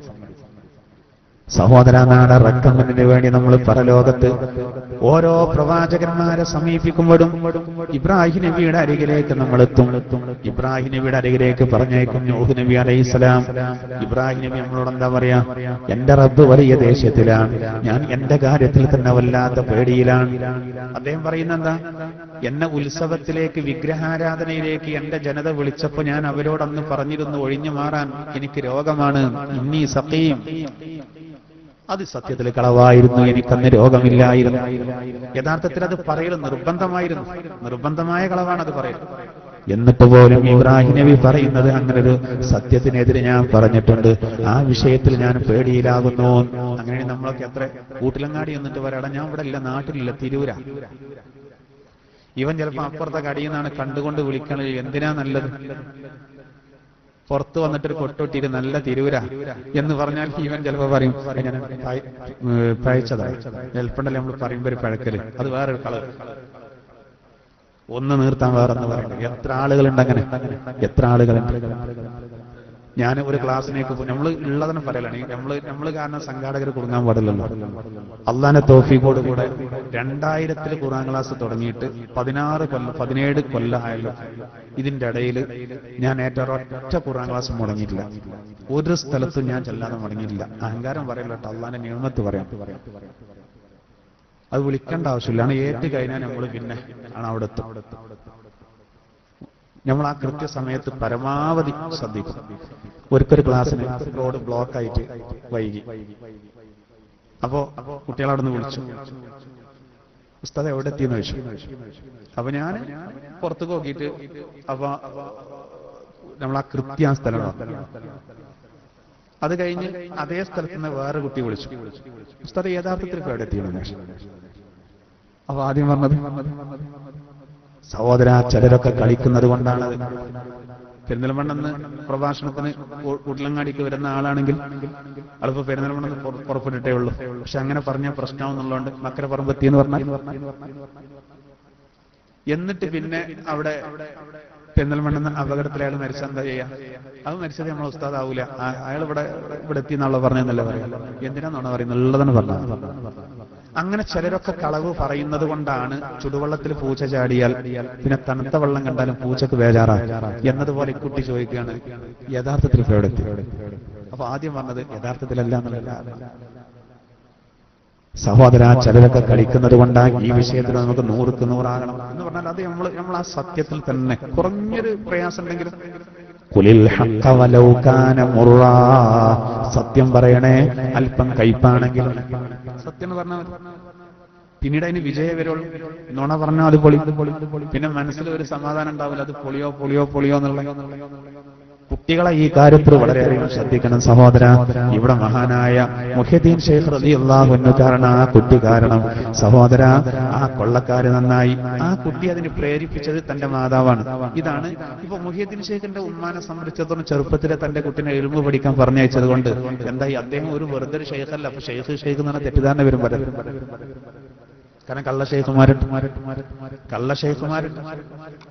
ഷെയ്ഖ് എന്നൊക്കെ പറഞ്ഞ് ചില ആൾക്കാരൊക്കെ ധാരണ പെരുന്താടിയും ഒരു പച്ചവല്ലിയും പിന്നെ ഒരാഴ്ച കുളിക്കാതിരുന്നാൽ ഷെയ്ഖായി. അങ്ങനല്ലല്ലോ, അത് അതിന്റെ ഐഡന്റിറ്റി അല്ലല്ലോ. അള്ളാഹുവിലേക്ക് വളരെ അടുത്ത ആളുകൾ ആത്മീയമായി വല്ലാതെ അടുത്ത് അതൊരു ഭ്രാന്തായി മാറും. ജദുബിന്റെ ഹാല് എന്നൊക്കെ പറയും. ഓല് കുളിക്കാനൊക്കെ മടിക്കും. മകളെ കെട്ടിക്കുന്ന കാര്യം അല്ലെങ്കിൽ കുറെ സമ്പത്തുണ്ടായിരുന്നു, അതൊക്കെ പൊളിഞ്ഞു. അങ്ങനെയാണ് മാനസികമായ ആൾക്കാരുണ്ട്. ഓല് ചിലപ്പോൾ കുളിക്കാതെ നടക്കും. അതൊരു പിരാന്താണ്. അതുപോലെ ഒരു പിരാന്താണ് ഇതും. പക്ഷെ ഇത് രണ്ടും വ്യത്യാസമുണ്ട്. ഒന്ന് ഭൗതിക കാര്യമാണ്, ഒന്ന് ആത്മീയ കാര്യമാണ്. അവരെ ആക്ഷേപിക്കാൻ പറ്റുമോ? എന്നാൽ ചില ആളുകൾ അതേപോലെ അഭിനയിക്കുന്നുണ്ട്. അവർക്കൊരു ജദുവിന്റെ കാര്യമല്ല, പണത്തോട് ഓരോട് ബന്ധപ്പെട്ടാൽ മതി. അത് എണ്ണുന്ന വിഷയത്തിനും വാങ്ങുന്ന വിഷയത്തിനും ഒരു പ്രശ്നമില്ല.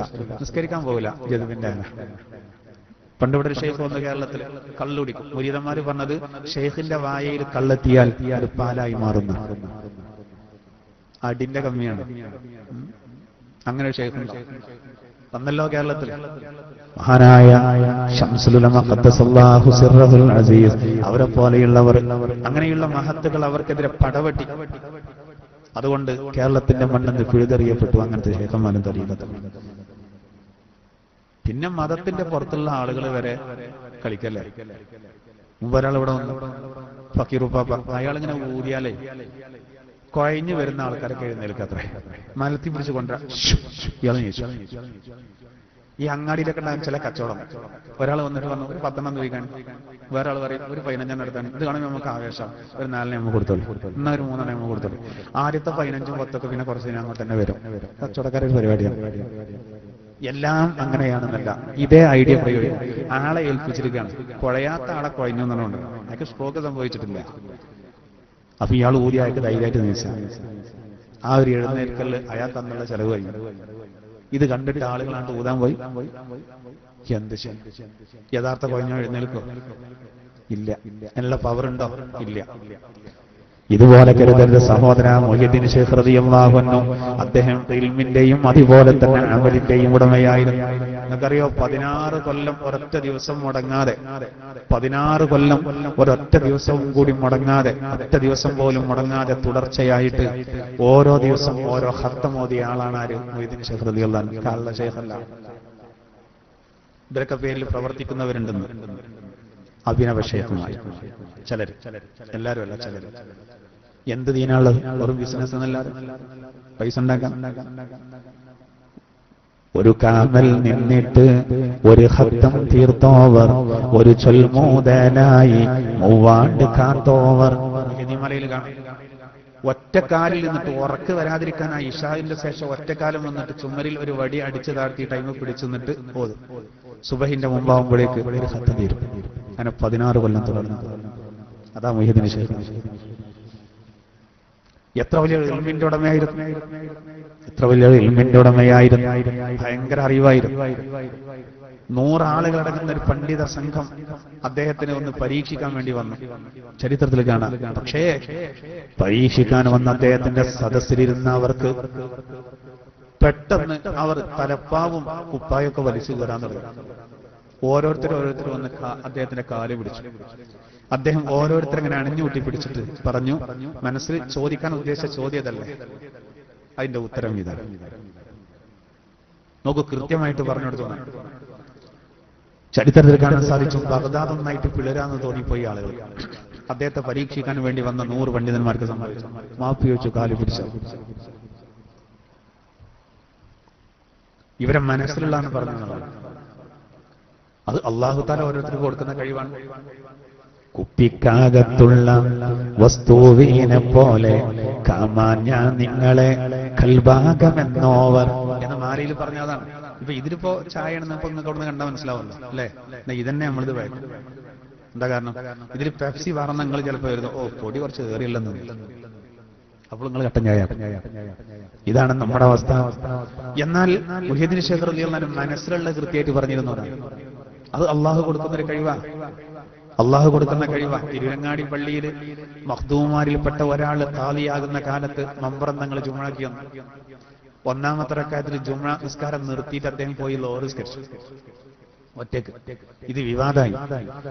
അദ്ദേഹത്തോട് ആളുകൾ ചോദിച്ചു, തങ്ങൾ പാപ്പ അങ്ങനെ ചെയ്യാൻ കാരണം എന്താണ്? എന്താ തങ്ങൾ പറഞ്ഞത്? നാക്കാലിയാളെ കച്ചവടം നിസ്കരിക്കുമ്പോ നാക്കാലിയാളെ കച്ചവടം നടത്തുന്ന ഇമാമിനോട് തുടരാൻ പറ്റൂല. ആളുകൾ മഖ്ദൂമാരിൽപ്പെട്ട ഖാദിനോട് ചെന്ന് ചോദിച്ചു, ഇങ്ങനെയാണ് മമ്പറന്തങ്ങൾ പറഞ്ഞത്. അദ്ദേഹം ജുമുഅ നിസ്കാരം മുറിച്ച് ലോഹർ നിസ്കരിക്കുക ചെയ്ത. മഖ്ദൂം പൊട്ടിക്കരഞ്ഞു. എന്താ കാരണം? അപ്പൊ അയാൾ പറഞ്ഞു, എനിക്കൊരു പശു ഉണ്ടായിരുന്നു, അപ്പൊ ഞാൻ അതിനെ വിൽക്കേണ്ട കാര്യം 1 റക്അത്തിൽ ചിന്തിച്ചിരുന്നു. നോക്കൂ, നിങ്ങൾ മനസ്സിലുള്ളത്. ഞാൻ ഈ പള്ളിയിലെ കാലം മമ്പറന്തങ്ങളുള്ള കാലം ജുമുഅക്ക് മൂപ്പരോടുണ്ട് എന്നാണ് എന്റെ അഡ്രസ്. നമ്മളെ മനസ്സിലുള്ള എങ്ങാനും പറഞ്ഞാൽ ശ്രദ്ധ പോകും നമ്മുടെ മനസ്സിൽ നിന്ന് കുറച്ചെങ്കിലും. സഹോദര, മഹാന്മാർക്ക് അള്ളാഹു കൊടുക്കുന്ന കഴിവാ. അതിൽ തെറ്റിദ്ധാരണ വേണ്ടിട്ട് പറഞ്ഞ കാര്യങ്ങൾ എന്ന് പറഞ്ഞാൽ അള്ളാഹു താല അറിയിച്ചു കൊടുത്താലും പറയും. പ്രവാചകന്മാർക്കൊക്കെ അറിയിച്ചു കൊടുത്തില്ലേ? പ്രവാചകന്മാരല്ലാത്തവർക്ക് അറിയിച്ചു കൊടുത്തു. റസൂലുള്ളാഹി തങ്ങൾ പറഞ്ഞ കാര്യം പറഞ്ഞിട്ട് മൂത്തത്തിന്റെ പടക്കളത്തിൽ ആദ്യം തന്നെ പറഞ്ഞു, യുദ്ധം തുടങ്ങുന്നതിന് മുമ്പ് ഒന്നാമതായിട്ട് സയ്യിദ് ഷഹീദാകുന്നിട്ട് ജഅഫർ 3, അബ്ദുല്ലാഹി ഇബ്നു റവാഹ. അങ്ങനെ തന്നെ സംഭവിച്ചു. എന്നാൽ ചിലത് അള്ളാഹ് അറിയിച്ചു കൊടുക്കൂല. 1.5 മാസത്തോളം അറിഞ്ഞില്ല ആയിഷ ബീവി നിരപരാധിയാണോ അല്ലയോ എന്ന്. അത് അറിയിച്ചു കൊടുക്കില്ല. ബദറിന്റെ മുമ്പ് പറഞ്ഞു അബൂജഹൽ ഇന്ന ഭാഗത്ത് കൊല്ലപ്പെടും, അറിയിച്ചു കൊടുത്തു. ചിലർക്ക് അറിയിച്ചു കൊടുത്തു. അതിന് പ്രവാചകന്മാരാകണമെന്നില്ല. ജാബിർ റളിയല്ലാഹു അൻഹുവിന്റെ പിതാവ് ഉഹദ് യുദ്ധത്തിന്റെ തലേന്ന് ജാബിർ റളിയല്ലാഹു അൻഹു വിളിച്ചിട്ട് പറഞ്ഞു, മോനെ, നാളെ ഉഹദിൽ ആദ്യം ഷഹീദാകുന്നത് ഞാനായിരിക്കും. ആദ്യം ഷഹീദായത് അദ്ദേഹം പറഞ്ഞ കാര്യമാണ്, അള്ളാഹ് അറിയിച്ചു. മരണത്തിന്റെ വിഷയമുള്ളത് അത് കാര്യപ്പെട്ടാലോ അങ്ങനെ ഖുർആൻ പറയുന്നുണ്ടല്ലോ, ഖിദർ അലൈഹിസ്സലാത്തു വസ്സലാം അദ്ദേഹം നബിയല്ലാന്നല്ലേ പ്രബലം. അദ്ദേഹം പറഞ്ഞ കാര്യം പറഞ്ഞില്ലേ, മൂസാ നബിയോട് മൂസാ നബി ആകുന്ന പ്രവാചകരെ അറിയാത്തത് ഖിദർ അലൈഹിസ്സലാത്തു വസ്സലാം അങ്ങോട്ട് പറഞ്ഞു കൊടുത്തു. ലുഖ്മാനുൽ ഹക്കീം റളിയല്ലാഹു അൻഹു ഒരു കാര്യപ്പെട്ട ആളായിരുന്നു, പ്രവാചകനല്ല. മൂസാ നബിയുടെ ഉമ്മ ഈസ നബിയുടെ ഉമ്മായിയുടെ ഇവരൊന്നും ആരല്ല, പ്രവാചികമാരല്ല. എന്നിട്ടും അവർ പറഞ്ഞ കാര്യങ്ങൾ പറഞ്ഞില്ലേ, അള്ളാഹു അറിയിച്ചു കൊടുത്തല്ല. എന്നതുപോലെ മഹാനായ മുഹ്യിദ്ദീൻ ശൈഖ് റളിയല്ലാഹു അൻഹു, നമ്മുടെ വിഷയം എന്താ, അദ്ദേഹം ഒരാവസ്ഥയിലെത്താൻ അദ്ദേഹത്തിന്റെ ഉമ്മ ഒരു കാരണ. വാപ്പ മരിച്ചിരുന്നു. നമ്മളൊക്കെ നമ്മുടെ കുട്ടികളുടെ കാര്യത്തിൽ ശ്രദ്ധിക്കണം. അവർ നമുക്ക് ഒരു വലിയ നാശവും ഒരു വലിയ ഫിത്നയും ആയി ഒരിക്കലും വരാൻ പാടില്ല. പടച്ചോൻ പരീക്ഷിക്കാം, ഈ മുതൽ കൊണ്ട് ഈ സന്താനങ്ങളെ കൊണ്ട് ഇവൻ രക്ഷപ്പെടുമോ. അപ്പൊ ഇതൊരു അലങ്കാരമായി മാറരുത്. അതിനെന്ത് വേണം സഹോദര, അതിനെന്ത് വേണം, നമ്മുടെ കുട്ടികൾക്ക് നമ്മൾ ദീന് കൊടുക്കണം, നല്ല രൂപത്തിൽ അവരെ വളർത്തണം, നല്ല രൂപത്തിൽ വളർത്തണം. എല്ലാ മേഖലയിലും വേണം. ഡോക്ടർമാർ വേണം, എഞ്ചിനീയർമാർ വേണം, നല്ല വിദ്യാസമ്പന്നർ വേണം, എല്ലാ പോസ്റ്റുകളിലും വേണം, അഭിഭാഷകർ വേണം, അതുപോലെ തന്നെ നിയമപാലകർ വേണം. സഹോദര, നല്ല ബിഷപ്പന്മാര് വേണം, നല്ല വിധി പ്രഖ്യാപിക്കുന്ന ജഡ്ജിമാര് വേണം, എല്ലാവരും വേണം. പക്ഷെ അവർക്കൊക്കെ ദീന് വേണം, അവർക്കൊക്കെ ദീന് വേണം. എന്നാ ഇൻഷാ അല്ലാഹ് നമുക്കത് വലിയ ഫലമാവും. അപ്പൊ നമുക്ക് നാളെ ഉപകാരപ്പെടുന്നതാ. നിബിധങ്ങൾ പറഞ്ഞു, അള്ളാഹു നൽകുന്ന ഒരു വലിയ സമ്പത്താണ് എന്ത്, തനിക്ക് വേണ്ടി ദുആ ചെയ്യുന്ന സ്വാലിഹായ സന്താനങ്ങൾ. ആ സ്വാലിഹ് അല്ലെങ്കിൽ ദുആയിരുന്നിട്ടും കാര്യമില്ല. ഒക്കെ ചിന്തിക്കണം. കുട്ടികളെ നമ്മളതിന് പ്രാപ്തരാണ്, കുട്ടികളെ നമ്മളതിന് പ്രാപ്തരാണ്. സഹോദര, നമ്മുടെ മക്കളെ നമ്മൾ അതിന് പ്രാപ്തരാക്കണം. അതിന് നല്ലൊരു വഴി എന്താ അറിയുന്നത്, നല്ലൊരു വഴി നമ്മുടെ മക്കളെ ചെറുപ്പത്തിൽ തന്നെ നമ്മൾ സുബഹിയുടെ ജമാഅത്തിൽ പങ്കെടുപ്പിക്കുക. പള്ളിയിൽ പറ്റ ചെറിയ കുട്ടികളല്ല, ഒരു 10 വയസ്സ് കഴിഞ്ഞാൽ തന്നെ നമ്മൾ പോരുമ്പോ അവരെ കൊണ്ടുവരാം. ചെറുപ്പത്തിലെ നമ്മളത് ചെറുപ്പത്തിലെ നമ്മൾ ശീലമാക്കിയാൽ വലിയ വിജയമുണ്ടാകും നമ്മുടെ സമുദായത്തിൽ. സുബഹിയുടെ ജമാഅത്തിന് പള്ളിയിൽ ബിസ്മില്ലാഹ് തവക്കൽതു അലല്ലാഹ് വലാ ഹൗല വലാ ഖുവത ഇല്ലാ ബില്ലാഹ് എന്ന് പറഞ്ഞുകൊണ്ട് രാവിലെ ഇറങ്ങിയാൽ ഒരു നായയെയും പേടിക്കണ്ട. സുബഹിക്ക് പോകുമ്പോ നായ കടിക്കുക. ബിസ്മില്ലാഹ് തവക്കൽതു അലല്ലാഹ് വലാ ഹൗല വലാ ഖുവത ഇല്ലാ ബില്ലാഹ്. അത് ചൊല്ലാൻ ഇറങ്ങിയാൽ നമ്മുടെ പ്രൊട്ടക്ഷൻ അള്ളാഹു ഏറ്റെടുക്കും. ഒരു പ്രതികൂല സാഹചര്യത്തിലെ പോക്ക്, തണുപ്പുള്ള സമയത്ത് പോലും. പിന്നെ ബാക്കി നിസ്കാരം കുട്ടി ഒഴിവാക്കൂല. എല്ലാത്തിനും അനുഭൂതിയായി. നമ്മൾ കുറേയൊന്നും ചെയ്യേണ്ട ചില കാര്യങ്ങൾ കൃത്യമായിട്ട് ചെയ്താൽ നമ്മുടെ മക്കൾക്ക് നമ്മൾ ഹിദായത്ത് നൽകണം. സഹോദര, വഴി കാണിക്കണം. ഹിദായത്ത് കൊടുക്കുന്ന അല്ലാഹു ആ നേർമാർഗം കാണിച്ചു കൊടുക്കണം. നമ്മൾ മരിച്ചാൽ ശരിക്കൊന്ന് മയ്യത്ത് സ്കരിക്കാൻ നമ്മുടെ മക്കൾ പ്രാപ്തരാകണം. അല്ലേ മുതലായത്? അല്ലെങ്കിൽ എന്താ കാര്യം? സഹോദര, നമ്മൾ കഷ്ടപ്പെട്ടുണ്ടാക്കുന്ന വീട്ടിൽ താമസിക്കാൻ പറ്റില്ലെങ്കിൽ എന്തിനാ വീട്? ഒരുപാട് ലക്ഷങ്ങൾ ചെലവാക്കി നമ്മുടെ വിയർപ്പിന്റെ ഭാഗമായ നമ്മുടെ വീട് മഴ പെയ്യുമ്പോ ചോർന്നൊലിക്കുന്നു, വെയിൽ തട്ടുന്നു, താമസിക്കാൻ കഴിയൂല. എന്തിനാ വീട്? എന്തിനാ സഹോദര വീട്? വീട്ടിൽ ഒരിക്കലും താമസിക്കാൻ പറ്റാത്ത അവസ്ഥയിലാണെങ്കിൽ ആ വീട് എന്തിനാണ്? സഹോദര, ടയറില്ലാത്തൊരു വാഹനം നമുക്കെന്തിനാ? അല്ലെങ്കിൽ ടയറുണ്ട്, എഞ്ചിനില്ലാത്തൊരു വാഹനം എന്തിനാ? എഞ്ചിനുണ്ട്, എണ്ണ ഒഴിക്കാൻ പറ്റൂല, അതിൽ പെട്രോൾ നിറക്കാൻ പറ്റില്ല, അങ്ങനത്തെ ഒരു വാഹനം എന്തിനാ? ഒരു അലങ്കാരത്തിൽ. നമുക്ക് ഉപകാരപ്പെടാൻ നമ്മുടെ മക്കള് നമുക്ക് വേണ്ടി ദുആ ചെയ്യുന്ന മക്കളാകണം. എത്ര സഹോദരങ്ങളുണ്ട് നമുക്ക് അനുഭവമാണ്. മരിച്ചുപോയ മാതാപിതാക്കൾക്ക് വേണ്ടി ചെലവ് ചെയ്യുന്നവർ, മരിച്ചുപോയ മാതാപിതാക്കൾക്ക് വേണ്ടി ചെലവ് ചെയ്യുന്നവരുടെ സമ്പത്ത് മാത്രമല്ല, ഖുർആൻ ഓതൽ ചെലവ് ചെയ്യല. റസൂലുള്ളാഹി തങ്ങൾ പഠിപ്പിച്ച കാര്യമല്ലേ അത്. ഉമ്മയും വാപ്പയും ഉണ്ടായപ്പോൾ സമ്പത്തില്ലായിരുന്നു, അതുകൊണ്ട് അവരെ നോക്കാൻ കഴിഞ്ഞില്ല എന്നൊരു സഹാബി പറഞ്ഞില്ലേ. റസൂൽ എന്താ പറഞ്ഞത്? സാരല്ല, ഉമ്മാക്കും വാപ്പാക്കും വേണ്ടി താങ്കൾ ഖുർആൻ ഓതി ദുആ ചെയ്യുക, അവരുടെ പേരിൽ ദാനധർമ്മങ്ങൾ ചെയ്യുക. മാതാപിതാക്കളുടെ സുഹൃത്തുക്കളെ ആദരിക്കാനും പറഞ്ഞു. വാപ്പാന്റെ സുഹൃത്തിനെ നമ്മൾ പ്രത്യേകം പരിഗണിക്കണം. വാപ്പാനോട് വലിയ ബന്ധമുള്ള സുഹൃത്തിനെ വീട്ടിൽ എന്തെങ്കിലും പരിപാടി ഉണ്ടെങ്കിൽ പ്രത്യേകം നമ്മൾ വിളിക്കണം. എന്താ മാനദണ്ഡം? താന്റെ വലിയ സുഹൃത്തായിരുന്നു. ചില വീട്ടിലൊക്കെ ചെന്നപ്പ ഉപ്പാക്ക് നെയ്യപ്പം ഭയങ്കര ഇഷ്ടമായിരുന്നു ഉസ്താദെ, അപ്പൊ കുറച്ച് നെയ്യപ്പം ഉണ്ടായിട്ടുണ്ട്. അതൊക്കെയാണ് സ്നേഹം. കുറെ തിന്നാനല്ലപ്പാ പറയുന്നത്. നെയ്യപ്പം കാണാത്ത ആർക്കുണ്ടായിക്കൂടെ? അതാണ് മക്കൾക്ക് മാതാപിതാക്കളോടുള്ള ബന്ധം. ഇഷ്ടമൊന്ന് ദ്വാരക്കുക. മരിച്ചുപോയ വാപ്പാക്ക്, മരിച്ചുപോയ ഉമ്മാക്ക് വെള്ളിയാഴ്ച മറക്കൂല സഹോദര. കബറിങ്ങ പോയി വിങ്ങിപ്പൊട്ടി ദ്വാരക്കുകയാണ്. നമുക്ക് വേണ്ടി ഏറെ ത്യാഗം സഹിച്ച, നമുക്ക് വേണ്ടി ഒരുപാട് ഉറക്കൊഴിച്ച്, ഒരുപാട് ടെൻഷൻ അടിച്ച് നമ്മൾ മാതാപിതാക്കൾ, നമ്മുടെ കുട്ടികൾക്ക് നമ്മൾ എന്തൊക്കെയല്ലേ, ഒരു രോഗം വരികയാണെങ്കിൽ എത്ര ഇല്ലെങ്കിലും കുട്ടിക്ക് ചികിത്സിക്കാൻ നമുക്ക് മടിയില്ല, എത്ര ഇടങ്ങാറാവണം. ആ കുട്ടികളെ നമുക്ക് എതിരായുള്ള അവസ്ഥ സഹിക്കാൻ കഴിയും. അതുപോലെ തന്നെയാണ് നമ്മളെ മാതാപിതാക്കൾ. നാളേക്ക് ഉപകാരപ്പെടുന്ന മക്കളാകണം നമ്മുടെ മക്കൾ. അല്ലാഹു അതിന് തൗഫീഖ് നൽകുമാറാവട്ടെ. അപ്പൊ മക്കള് ദീനിയായ അവസ്ഥയിലായാൽ വലിയ വരുമാനമായി. ആ കുട്ടി എന്ത് നല്ലത് ചെയ്താലും അതിന്റെ ഒരു വിഹിതം നമ്മുടെ അക്കൗണ്ടിലേക്ക് വരികയാണ്. അല്ലാഹു നമ്മുടെ കുട്ടികളെ, നമ്മുടെ സന്താനങ്ങൾ അല്ലാഹു സ്വാലിഹീങ്ങളിൽ ഉൾപ്പെടുത്തുമാറാവട്ടെ. ഒരു പരീക്ഷണം എന്താകരുത്, നേരെ മറിച്ചാണെങ്കിൽ ആലോചിച്ച് നോക്കും. ലോകത്തുള്ള മുഴുവൻ ആളുകളും ഇബ്ലീസിനെ പോലെ പഴച്ചാലും അള്ളാഹുവിനിക്കൊന്നും വരാൻ പോണില്ല എന്ന് അള്ളാഹു ഖുദ്സിയായ ഹദീസിൽ പറഞ്ഞിട്ടുണ്ട്. എന്നാൽ നമ്മളങ്ങനെ 10 മക്കളുള്ള ഒരാൾ 9 മക്കളും നല്ല ലെവല്ല, 9 മക്കളും നല്ല സദ്വൃത്തരാ. പക്ഷെ ഒരു മകൻ കൊലപാതകത്തില് ഒരു പ്രതിയായിട്ട് സെൻട്രൽ ജയിലില്ല, അല്ലെങ്കിൽ ഒരു പെൺകുട്ടിനെ ബലാത്സംഗം ചെയ്ത കൊന്ന കേസിൽ പ്രതിയാണ് എങ്കിൽ 9 മക്കളും നന്നായിട്ടെന്താ? ഈ വാപ്പാക്ക് ആകെ ടെൻഷനാണ്, പുറത്തേക്കിറങ്ങാൻ പറ്റുന്നില്ല. അള്ളാഹ് പറഞ്ഞതോ, നിങ്ങളിലുള്ള ആദ്യക്കാരും അവസാനക്കാരും അതുപോലെ നിങ്ങളിലുള്ള ജിന്നുകളും മനുഷ്യന്മാരും എല്ലാവരും ഏറ്റവും വൃത്തികെട്ട ഇബ്ലീസിനെ പോലായാലും എന്റെ ആധിപത്യത്തിൽ ഒരു ചുരുക്കവും അത് നൽകുന്നില്ല. ഒന്നും വരാനില്ല. നമ്മളൊക്കെ നന്നായാലും അള്ളാഹ്ക്ക് നേട്ടല്ല, ഒക്കെ മോശപ്പെട്ടാൽ കോട്ടൂല. നമ്മൾ തമ്മിൽ അങ്ങനല്ല. നമ്മളെ മക്കൾ നന്നായ നമുക്ക് അഭിമാനം, നമ്മുടെ മക്കൾ നന്നായാൽ അഭിമാനാണ്. കുട്ടി ഹാഫിലായി അഭിമാനാണ്, കുട്ടി പണ്ഡിതനായി അഭിമാനാണ്, SSLC പരീക്ഷയിൽ എല്ലാ വിഷയത്തിലും കുട്ടിക്ക് A+ അഭിമാനം, തന്റെ കുട്ടി ഒരു ഡോക്ടറായി പുറത്തു വന്നു അഭിമാനാണ്. നല്ല രൂപത്തിലാണ് ഇതൊക്കെ അഭിമാനം. നേരെ മറിച്ച് പത്രത്തിൽ കാണാം, കഞ്ചാവ് പിടിച്ചു, ചെറുപ്പക്കാരെ ഫോട്ടോ, വാഹനമോഷ്ടാവ് പിടിച്ചു, പിടികൂടപ്പെട്ടു, ഇവന്റെ ഫോട്ടോ കാണുന്നു. അതിൽ അഭിമാനമുണ്ടോ സഹോദര? ഉണ്ടോ? അഭിമാനമുണ്ടോ? ഇല്ല. 12-ാം വയസ്സിൽ ഖുർആൻ മനഃപ്പാടമാക്കി പത്രത്തിൽ ഫോട്ടോ വന്നാൽ ആ കുട്ടിന്റെ ഉമ്മ ചിലപ്പോൾ തന്റെ അനിയത്തിക്ക് വിളിക്കുന്നത്തെ ഫോട്ടോ. ഇന്നത്തെ പത്രം നോക്കി സുപ്രഭാതത്തിന്റെ 2-ാം പേജ് നോക്കി കുഞ്ഞിമോന്റെ ഫോട്ടോ ഉണ്ട്. എന്നാൽ അതേ സമയത്ത് സഹോദര, ജ്വല്ലറി കുത്തിപ്പൊളിച്ച് പിടികൂടപ്പെട്ട പ്രതി, ആ പ്രതിയുടെ ഉമ്മ അഞ്ചത്തിക്ക് വിളിക്കോ, നമ്മളെ കുഞ്ഞിമോന്റെ ഫോട്ടോ ഉണ്ടെന്ന് 2-ാം ഫസ്റ്റ് പേജിൽ തന്നെ ഉണ്ട്. കണ്ടങ്ങള് അഭിമാനം ഇല്ല, പറയില്ല.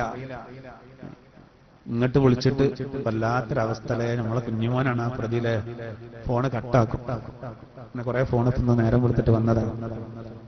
ചിന്തിക്കണം സഹോദര, നമ്മളെ വിളിച്ച് പൂരത്തറി പറയുന്നതിന് പകരം അഭിനന്ദിക്കുന്നൊരവസ്ഥയല്ല വേണ്ടത്. അതിനാണെന്ന് പറയുന്നത്. ഈ പരീക്ഷണത്തിൽ നമ്മൾ വിജയിക്കണം. അള്ളാഹു നമുക്ക് തൗഫീഖ് നൽകുമാറാവട്ടെ. ഇൻഷാ അല്ലാഹ് ഫത്തഖുല്ലാഹ മസ്തതഅ്തും എന്ന് തുടങ്ങുന്ന ആയത്ത് ഒരുപാട് വിശദീകരിക്കാം. നമുക്ക് അടുത്ത ക്ലാസ്സിലാക്കാം. അവിടുന്ന് അത് മുതലുള്ള ആയത്ത് 3 ആയത്ത്. അതിനു മുമ്പ് ഈ ആയത്ത് ആണ് പറഞ്ഞ് അവസാനിപ്പിക്കാം. നിങ്ങളുടെ സമ്പത്തും നിങ്ങളുടെ സന്താനങ്ങളും നിങ്ങൾക്ക് പരീക്ഷണമാണെന്ന്. അപ്പൊ സന്താനങ്ങളുടെ അവസ്ഥ ഞാൻ പറഞ്ഞു. ഇതേപോലെ തന്നെയാണ് സഹോദര നമ്മുടെ സമ്പത്ത് വലിയ പരീക്ഷണമാണ്. ആ സമ്പത്ത് കൊണ്ട് ഇവൻ ജയിക്കോ തോൽക്കോ എന്ന് അള്ളാഹു നോക്കുകയാണ്. അപ്പൊ നമ്മൾ എന്ത് ചെയ്യണം? നമുക്ക് അള്ളാഹു നൽകിയ സമ്പത്ത് അത് നല്ല മാർഗത്തിൽ നമ്മൾ ചെലവാക്കണം. അതിന് മടിയുണ്ടാവില്ല. നല്ല മാർഗത്തിൽ ചെലവഴിക്കണം. നമ്മുടെ കുടുംബത്തില് സഹോദര, നമ്മുടെ ചോര, നമ്മുടെ സ്വന്തം ചോര ഉണ്ടാവും പ്രയാസത്തിൽ. സാമ്പത്തികമായിട്ട് നമ്മൾ സഹായിക്കണം. കെട്ടിപ്പൂട്ടി വെച്ചത് കൊണ്ടൊരു കാര്യമില്ല. ഇപ്പൊ നമുക്ക് എല്ലാവർക്കും അത് മനസ്സിലായതാണ്. 1-2 നോട്ട് പിൻവലിക്കപ്പെട്ടപ്പോൾ അതിന്റെ ബുദ്ധിമുട്ട് മനസ്സിലായതാണ്. ഒരുപാട് രഹസ്യങ്ങൾ പുറത്തു വന്നതാ. ഉണ്ടായിട്ടും സഹായിക്കാനുള്ള കള്ളി വെളിച്ചത്തായതാ. ബർക്കത്തില്ലാത്ത പണായി. സമ്പത്ത് എന്ന് പറഞ്ഞാൽ അത് വരും, അത് പോകും. അതിൽ നമ്മൾ അമിതമായിട്ട് ടെൻഷൻ അടിക്കാനും പാടില്ല.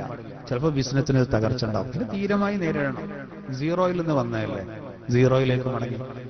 ഇനി ഓന് ഹീറോ ആകാലോ, ആരോഗ്യം ഉണ്ടെങ്കിൽ അവസരം കിട്ടിയാലോ. അതിന് ആകെ മാനസികമാകേണ്ട ഒരു ആവശ്യമില്ല.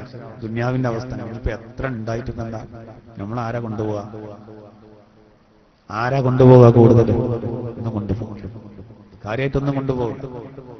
ആ വിഷയത്തിൽ നമ്മൾ വേണ്ടെന്നല്ല, വേണം, ഉണ്ടാകുമ്പോഴാണ് നമുക്ക് ചെലവഴിക്കാൻ കഴിയുക. ആ വിഷയത്തിൽ പാവപ്പെട്ട ഒരു കുട്ടിയുടെ കല്യാണം ഉണ്ടാകുമ്പോൾ സഹായിക്കണം. എന്നാൽ ഈ വിഷയത്തിലൊക്കെ വളരെയധികം ശ്രദ്ധിക്കുന്ന എത്രയോ ആളുകളുണ്ട്, തീരെ ശ്രദ്ധിക്കാത്തവരുണ്ട്. കോടികൾ ചെലവഴിച്ച് കല്യാണം നടത്തുന്നവരുണ്ട്. ഇനി അത്രത്തോളൊന്നും ഇല്ലെങ്കിലും തന്റെ മകൾക്ക് 200 പവന് സഹോദര, കല്യാണത്തിന്റെ തലേ ദിവസം ഒരു കല്യാണം, അതിന് തന്നെ ഒരുപാട് ലക്ഷം. ലൈറ്റ് അറേഞ്ച്മെന്റുകൾക്ക് ലക്ഷങ്ങൾ ചെലവഴിക്കും, ഒരുപാട് ചെലവഴിക്കുന്നു. വേണ്ടതും വേണ്ട കുറച്ചൊക്കെ അലങ്കാരമാവാം, ഓവറാവണ്ട.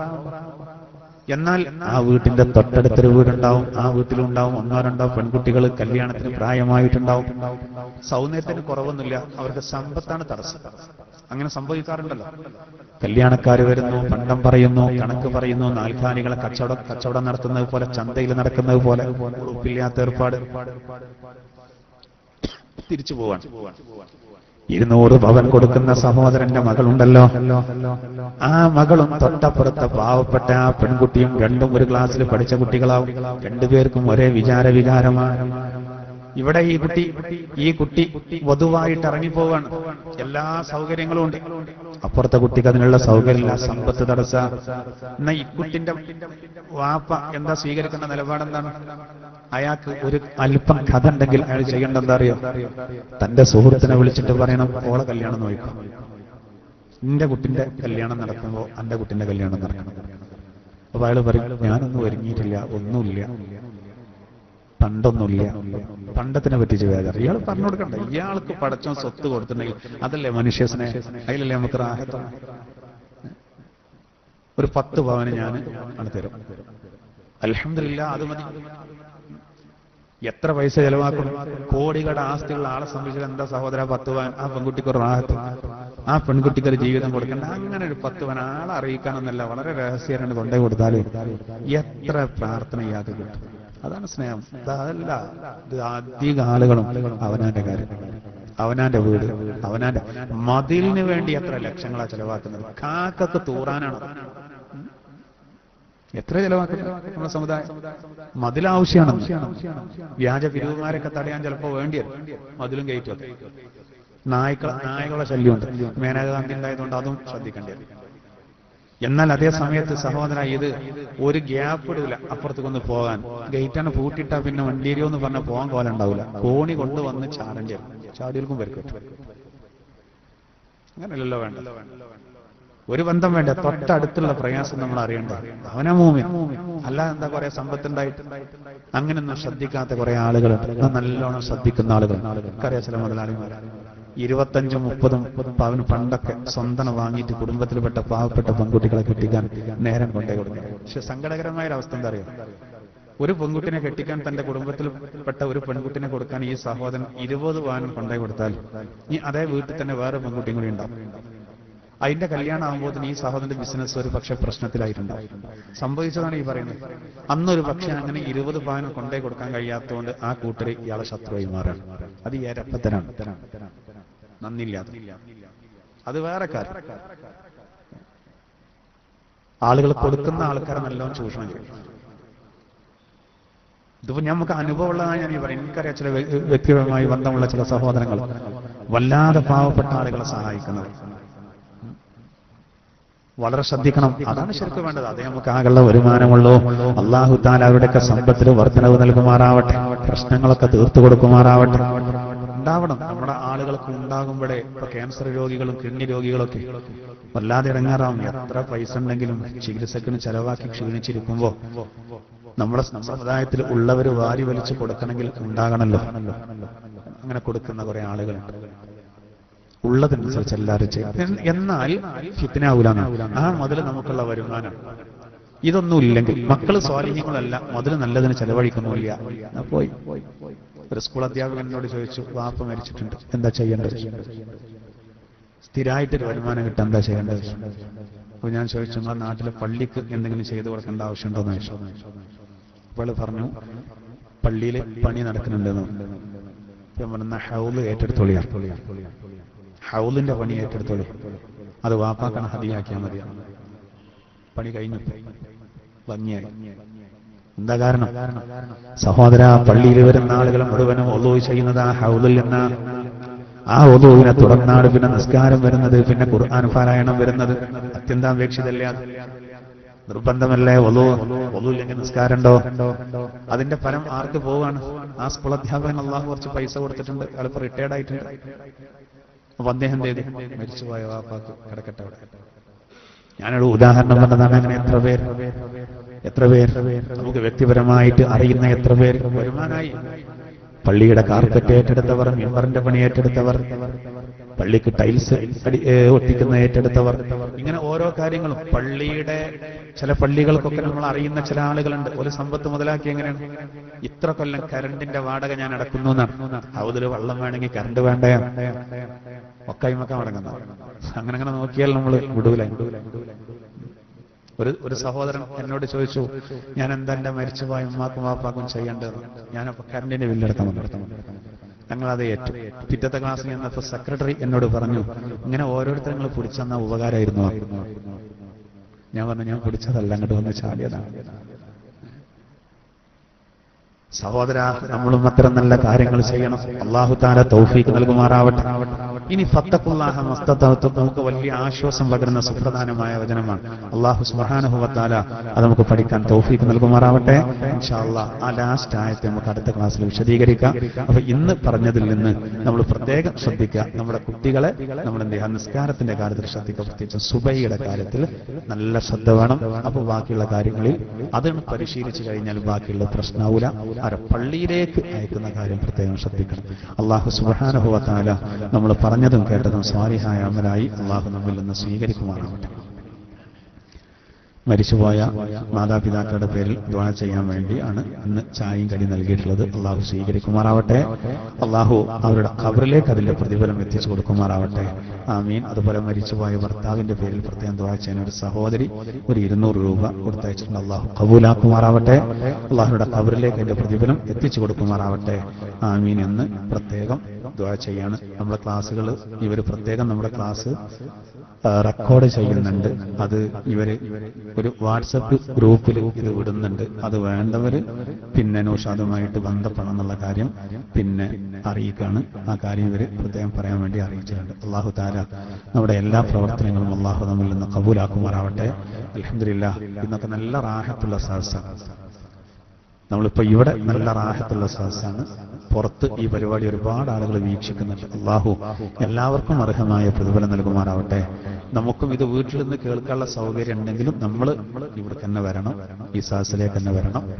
ഇന്നൊക്കെ നല്ല റാഹത്തുള്ള സദസ്സാണ്. അല്ലാഹു തആല ഇതിന് സഹായിക്കുന്നവർ, ഇത് അറേഞ്ച്മെന്റ് ചെയ്തവർ, ഇതിലേക്ക് ചായക്കും മറ്റും ചെലവ് ചെയ്യുന്നവർ, അല്ലാഹു എല്ലാവർക്കും അർഹമായ കൂലി നൽകുമാറാവട്ടെ.